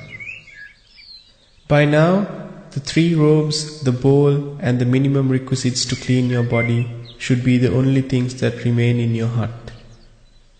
Look at your hut again. If there is a tablet of paracetamol in your hut, you should remove that too. You kept that to heal the body, but now you are preparing for the operation to let go of the body. Do not try to suppress the pain. Try to see the impermanence of the pain, the nature of the pain, the fact that pain is a quality that does not belong to oneself. If your body was to feel a pain, drink 2 sips of own urine at early morning. Avoiding the first portion and the last portion of the urine, take the middle portion for use. Do not take more than 2 sips because the acidity of the body will increase and cause an increasing burning sensation. This medicine will minimize your physical pain. Reflect that these 2 sips of own urine is the water you drank last night. Attack the Mara craftily. You become a part of nature itself. Be skillful to transform that nature and yourself are not 2 separate things but one and the same.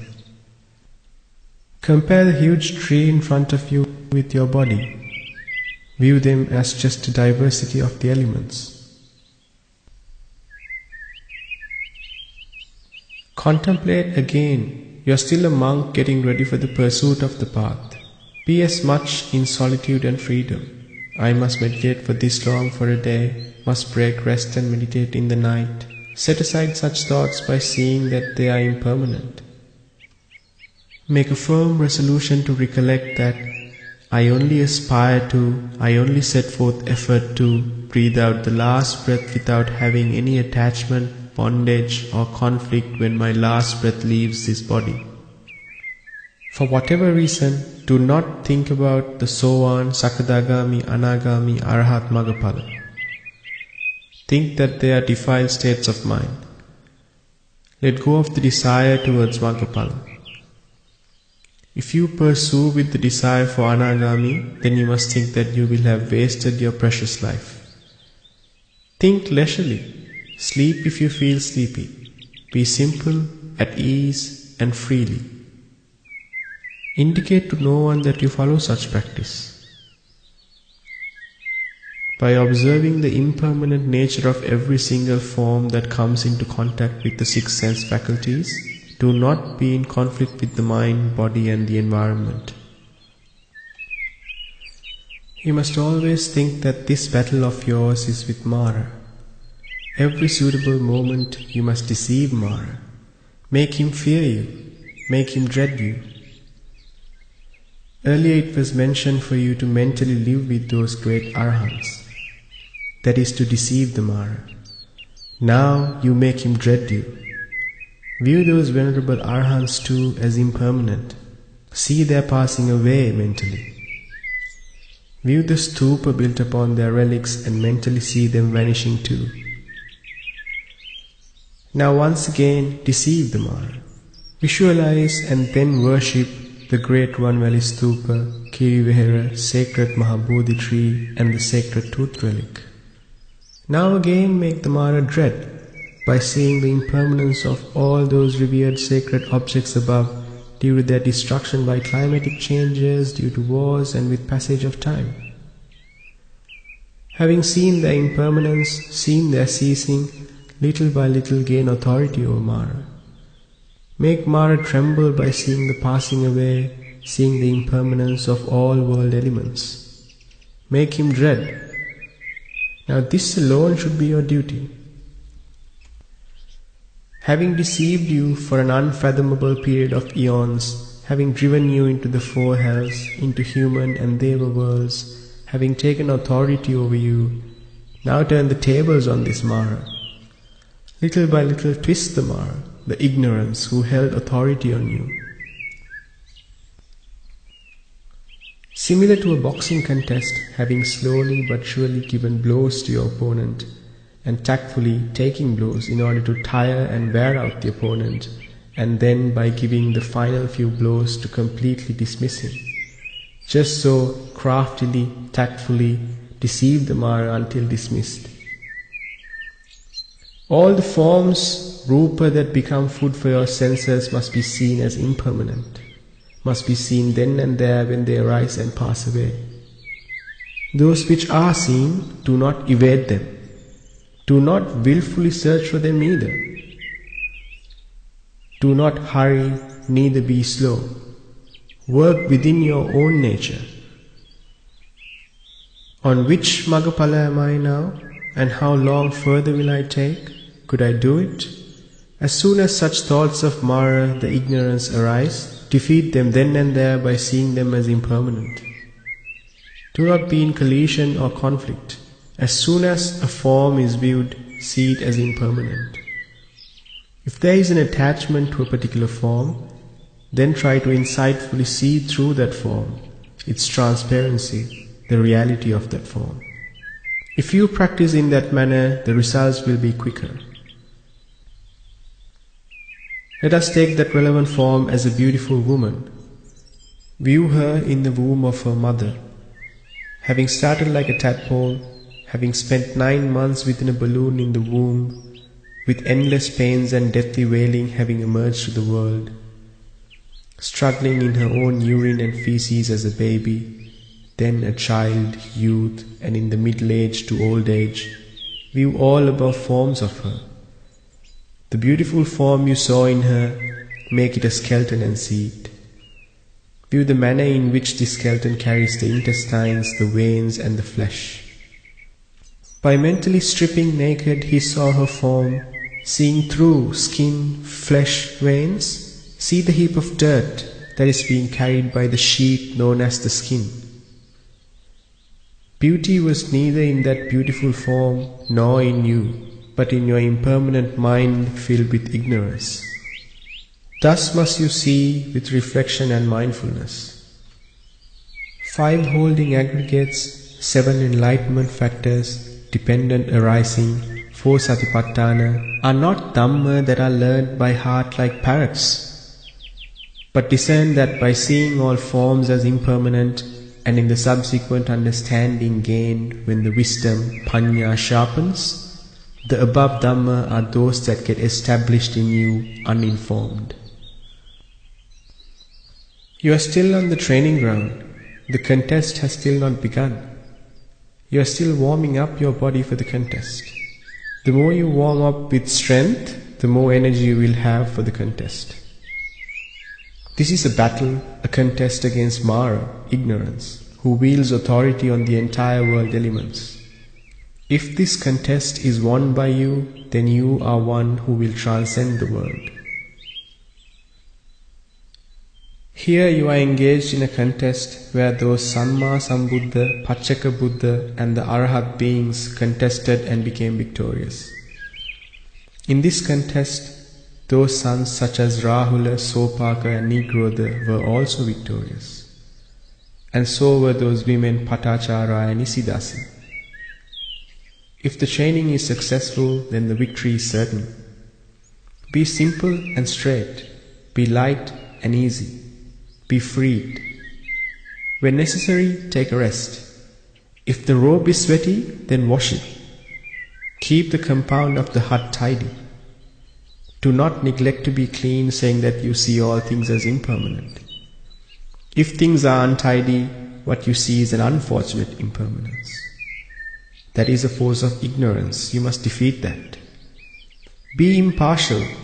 To see the impure, asubha, be relatively clean and be pleasant. You must not be attached to this state of beauty, you must be clever to be detached.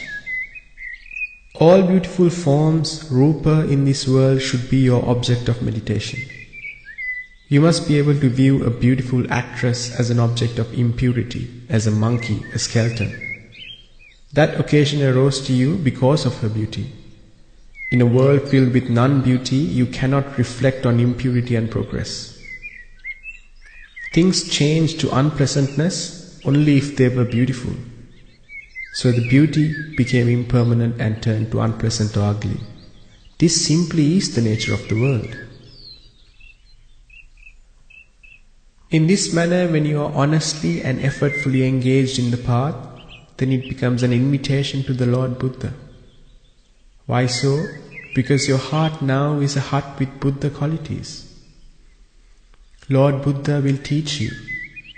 Next steps that you should take in the path will become apparent to you as perceptions. Then you will rise up like a massive elephant king. Why is it so? You begin to experience that Lord Buddha has come close to you. You will understand that he gives instructions to you. Dhamma leads you on. At this point, you will understand that the Samma Sambuddha and the wisdom are not two different things, but one and the same. Grow the path to Nibbana. See the Lord Buddha. In this trust or belief is the door to the victory. Through your effort, open the door. If you manage to open the door, you will be enlightened within the world. Then immediately as you close your eyes, you can see the entire world as extinguished. In this journey, even the Lord Buddha would have to be perceived as a skeleton, but for this, do not be in a hurry until you strengthen. Still, you require Lord Buddha's guidance. Until then, be clever to mentally perceive that you are under the guardianship of the Buddha. When the right time comes, it certainly will happen that the Lord Buddha too will be relinquished. Why is it so? Because you will understand that in the Buddha too, there is neither a being nor a person.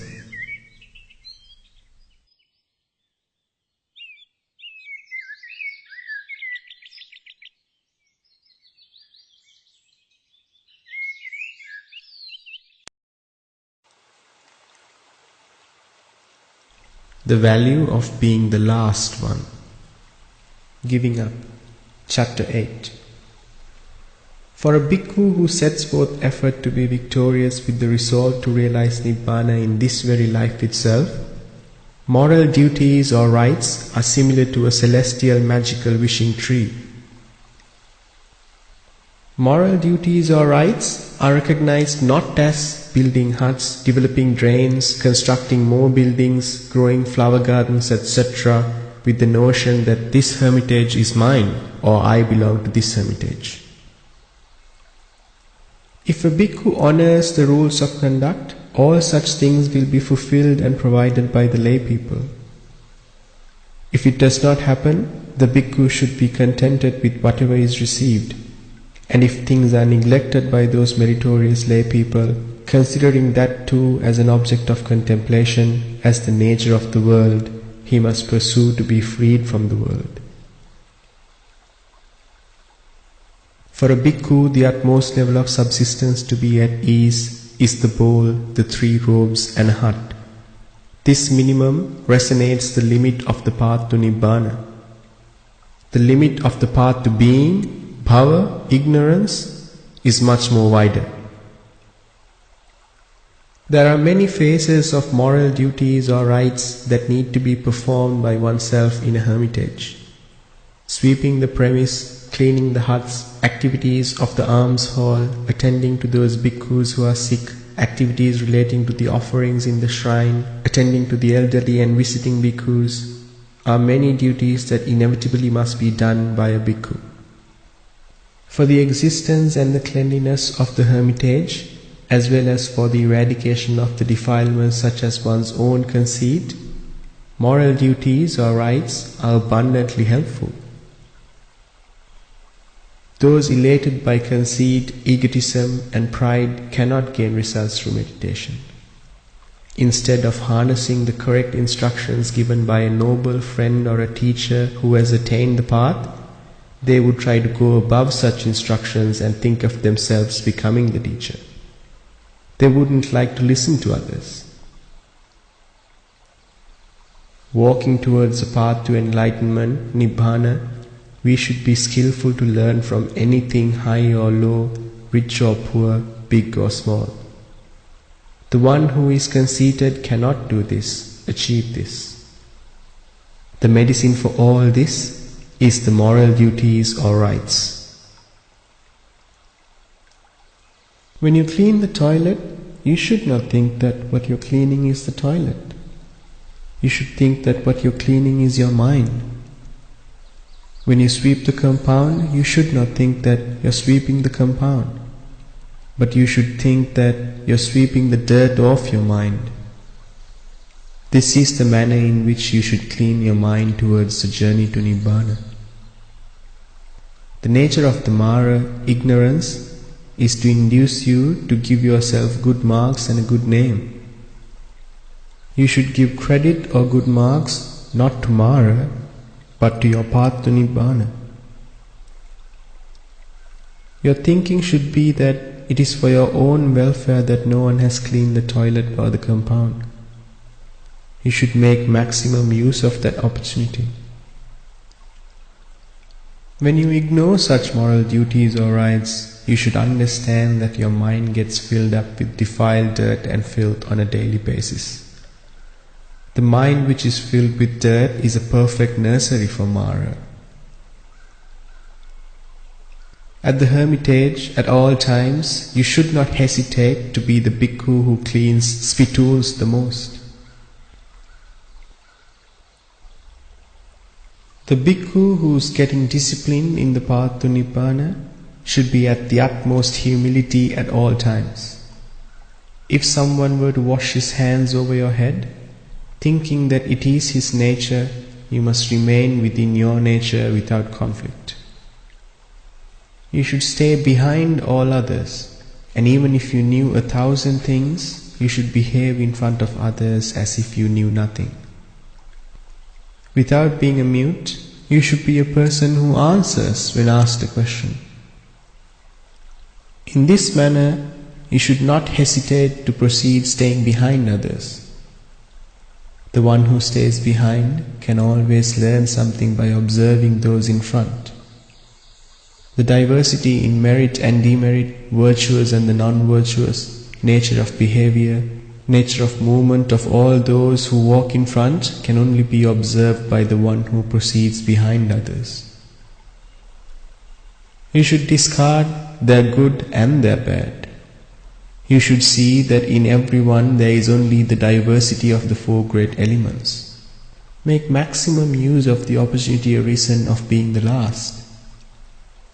You being the last, thus having the opportunity to see all those ahead, and those ahead of you being unable to see you, must be considered as a fortune you have received.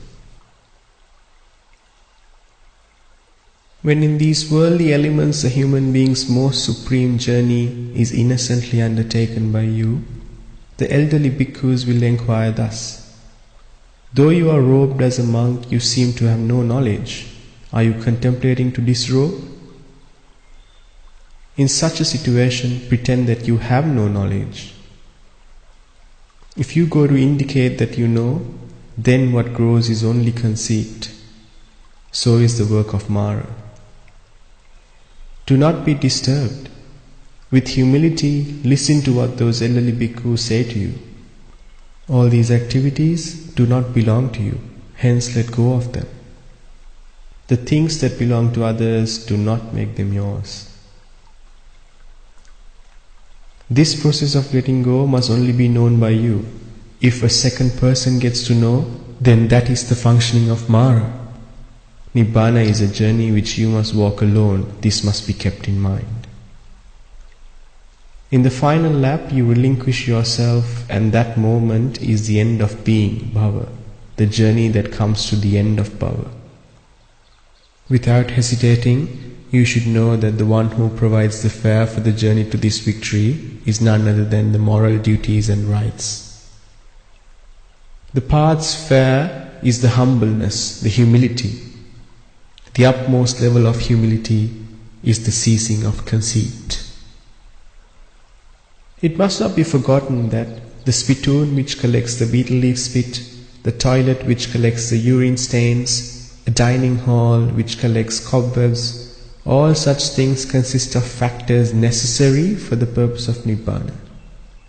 It is only when you arrive at the peak of humility that you can experience the ceasing of conceit.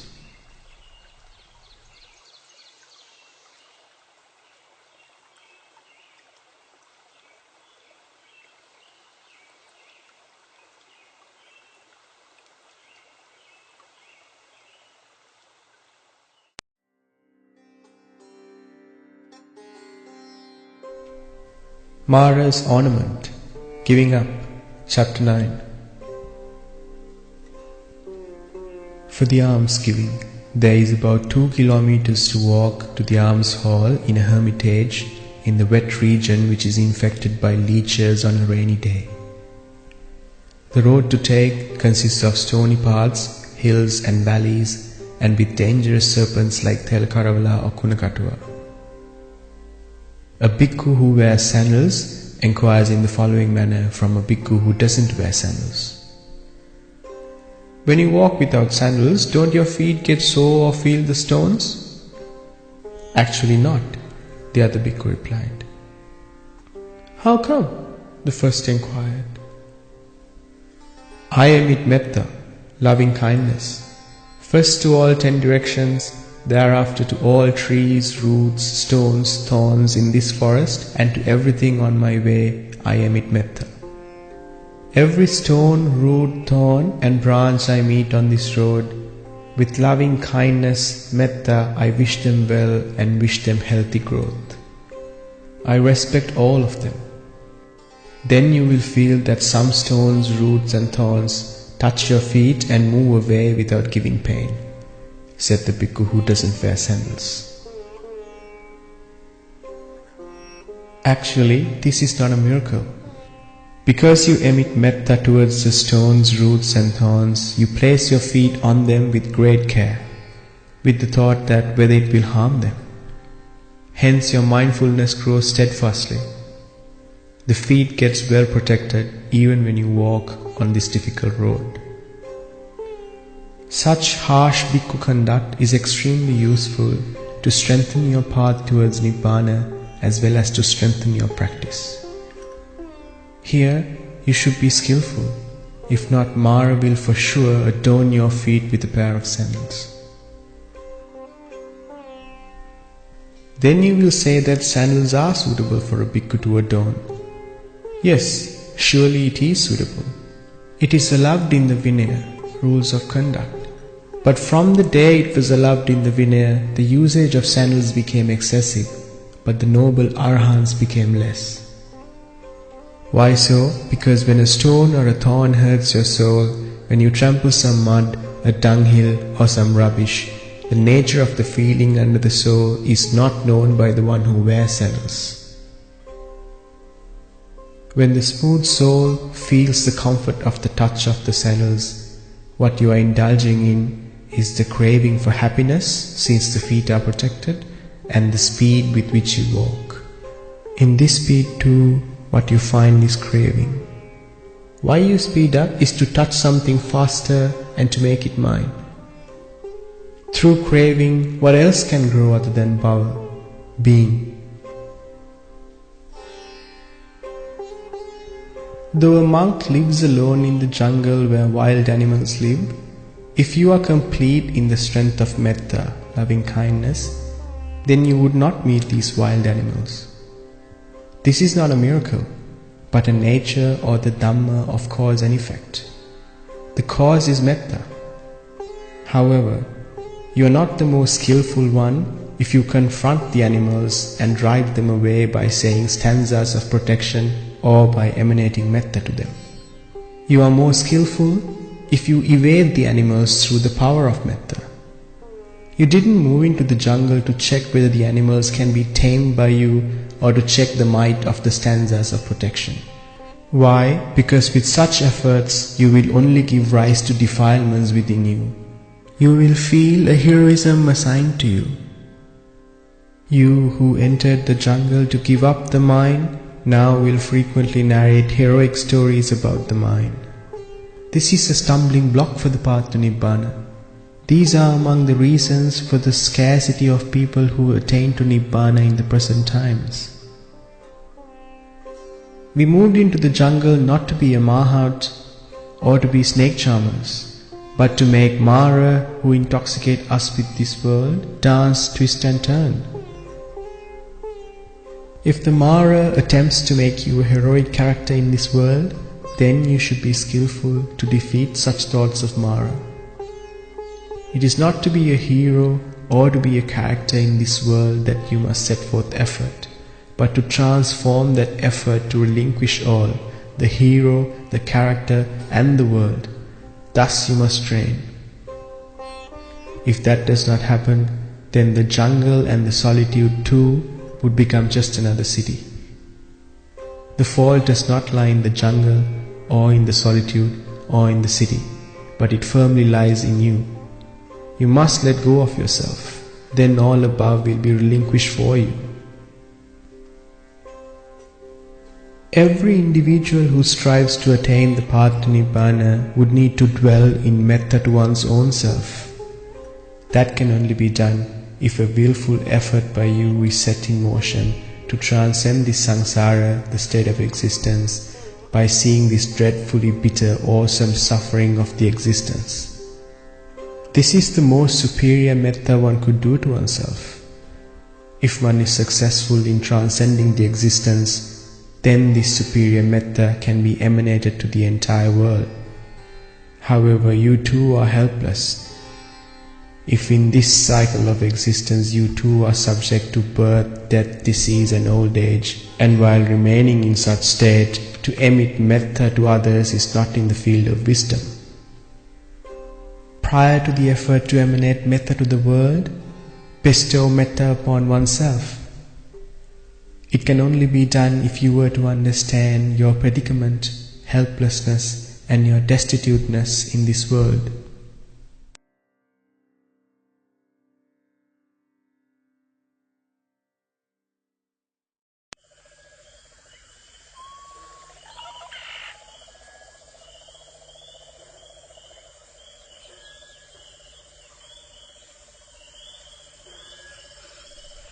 Mara's Policy. Giving Up. Chapter 10. The Lord Buddha emphasized that the one who developed the path to attain Nibbana must be disciplined within the middle path. With only the 3 robes and the bowl, and living near the roots of trees in secluded places or hermitages, the bhikkhus in the past dedicated themselves to be released from the suffering of samsara. This the Buddha declared as the extent of the middle path for those bhikkhus who strive to transcend the samsara. If one wishes to, according to the length and the breadth of one's own defilements, can interpret this middle path. In this teaching, sasana, there is ample freedom for it. There is also freedom for criticism, and there is nothing wrong in that either. But the results of transcending the samsara will not be as expected or desired.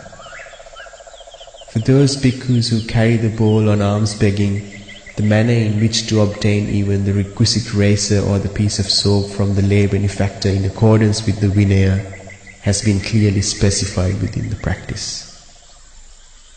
Here lies the true meaning of the middle path that will come to fruition as implied by the Buddha.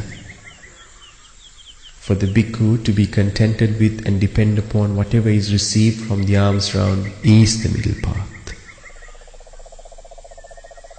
Storing dry rations in the storeroom of the hermitage and in the alms round if one is not able to find tasty, oily, spicy food, then to cook by oneself is certainly not relevant to the middle path.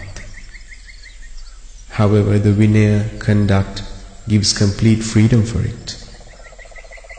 and to make use of that freedom to the ultimate extent is also not wrong. The Vinaya is there for the unskillful. The skillful one is contented with whatever he gets. The bhikkhu who strives to attain Nibbana is not one who either amasses or collects, but one who lets go of the remainder once his hunger is satisfied. There is no tomorrow for him. He lives constantly in the present. In the present times, such meaningfulness could be a satire, or could even be criticized. Not only in the present times, but even in the time of the Buddha, such meaning had attracted much criticism. So what more can be said about today? However, it should be unquestionably, indisputably accepted that even at this present moment, there are a large number of those sons of the Buddha who develop the above path, who strive, endeavor, seek refuge or a way to develop this path, living on this earth. Those venerables are not media personnel who go about publicly proclaiming that they live by themselves in the thick of the jungles, or that they live dependent only on old robes and the alms round. Those venerables live with even the above minimum, not to grasp them, but due to the inability to survive without them, because they must look after the physical body until they finish the job of reaching Nibbana. What the bhikkhu should reflectively eat is the food offered by the benefactor. Thinking that the food offered is not tasty enough, and with the craving for taste, getting a tasty meal prepared by oneself or by those dedicated laymen, and then to reflectively eat such meal is not the middle path. Yet, even I admit that it can be done in accordance to the Vinaya. And if someone were to do so, I would not criticize that. These are the natural behaviors of the world and the worldling. We should not collide or be in conflict with them. The one who dedicates himself towards Nibbana should free himself from perceptions such as storeroom of the hermitage, gas oven, or the hot water bottle. These are forms of Mara that awakens your craving for taste. Between the middle path and the world of sense pleasures is also an extreme. It is neither the middle path nor the path of sense pleasures. It is a combination of both, a mixture of the two. It is just like the equanimity between craving and aversion, or binding and colliding. In equanimity, there is both craving and aversion. In the above situation, there is a nature of exceeding or violating the middle path, and a nature of grazing or touching the world of sense pleasures. Let us call this the policy of Mara. Training in the Mara's policy, seeing it as the middle path, we go in search of Nibbana. Although the cow stays with the calf, if you were to milk the calf, you will not get any milk.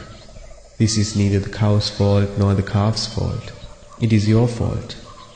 However, the cow and the udder are both in front of you. If you remain tying the cow with the rope of Vinaya, it is fruitless. There is also no use of collecting cow dung or urine from the cow. You should be skillful to collect the 5 products of the cow. It is only through comprehending this you become skillful. The way to this is the true middle path. If you dedicate yourself to develop your practice bearing the 3 robes and the bowl while living in a hermitage, secluded places or near roots of trees, then the meaningful middle path lies there. Think carefully. Though your tongue lies, the heart would not lie.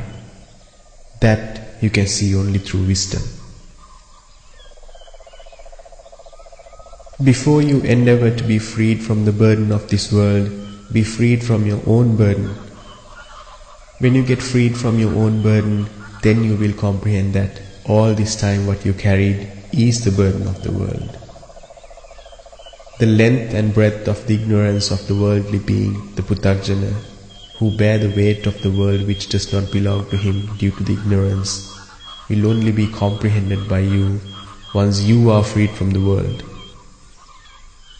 If you follow the middle path in a well-disciplined manner and transcend the path to Nibbana, you can make the entire universe delicately fine and bring it onto your palms. Then you will feel that I conquered the world. The power of conquering the world is hidden spiritually inside all of you. What you need to do is to surface that power. If you are apathetic to surface that power in this life, you will have to spend many eons of suffering in this samsara.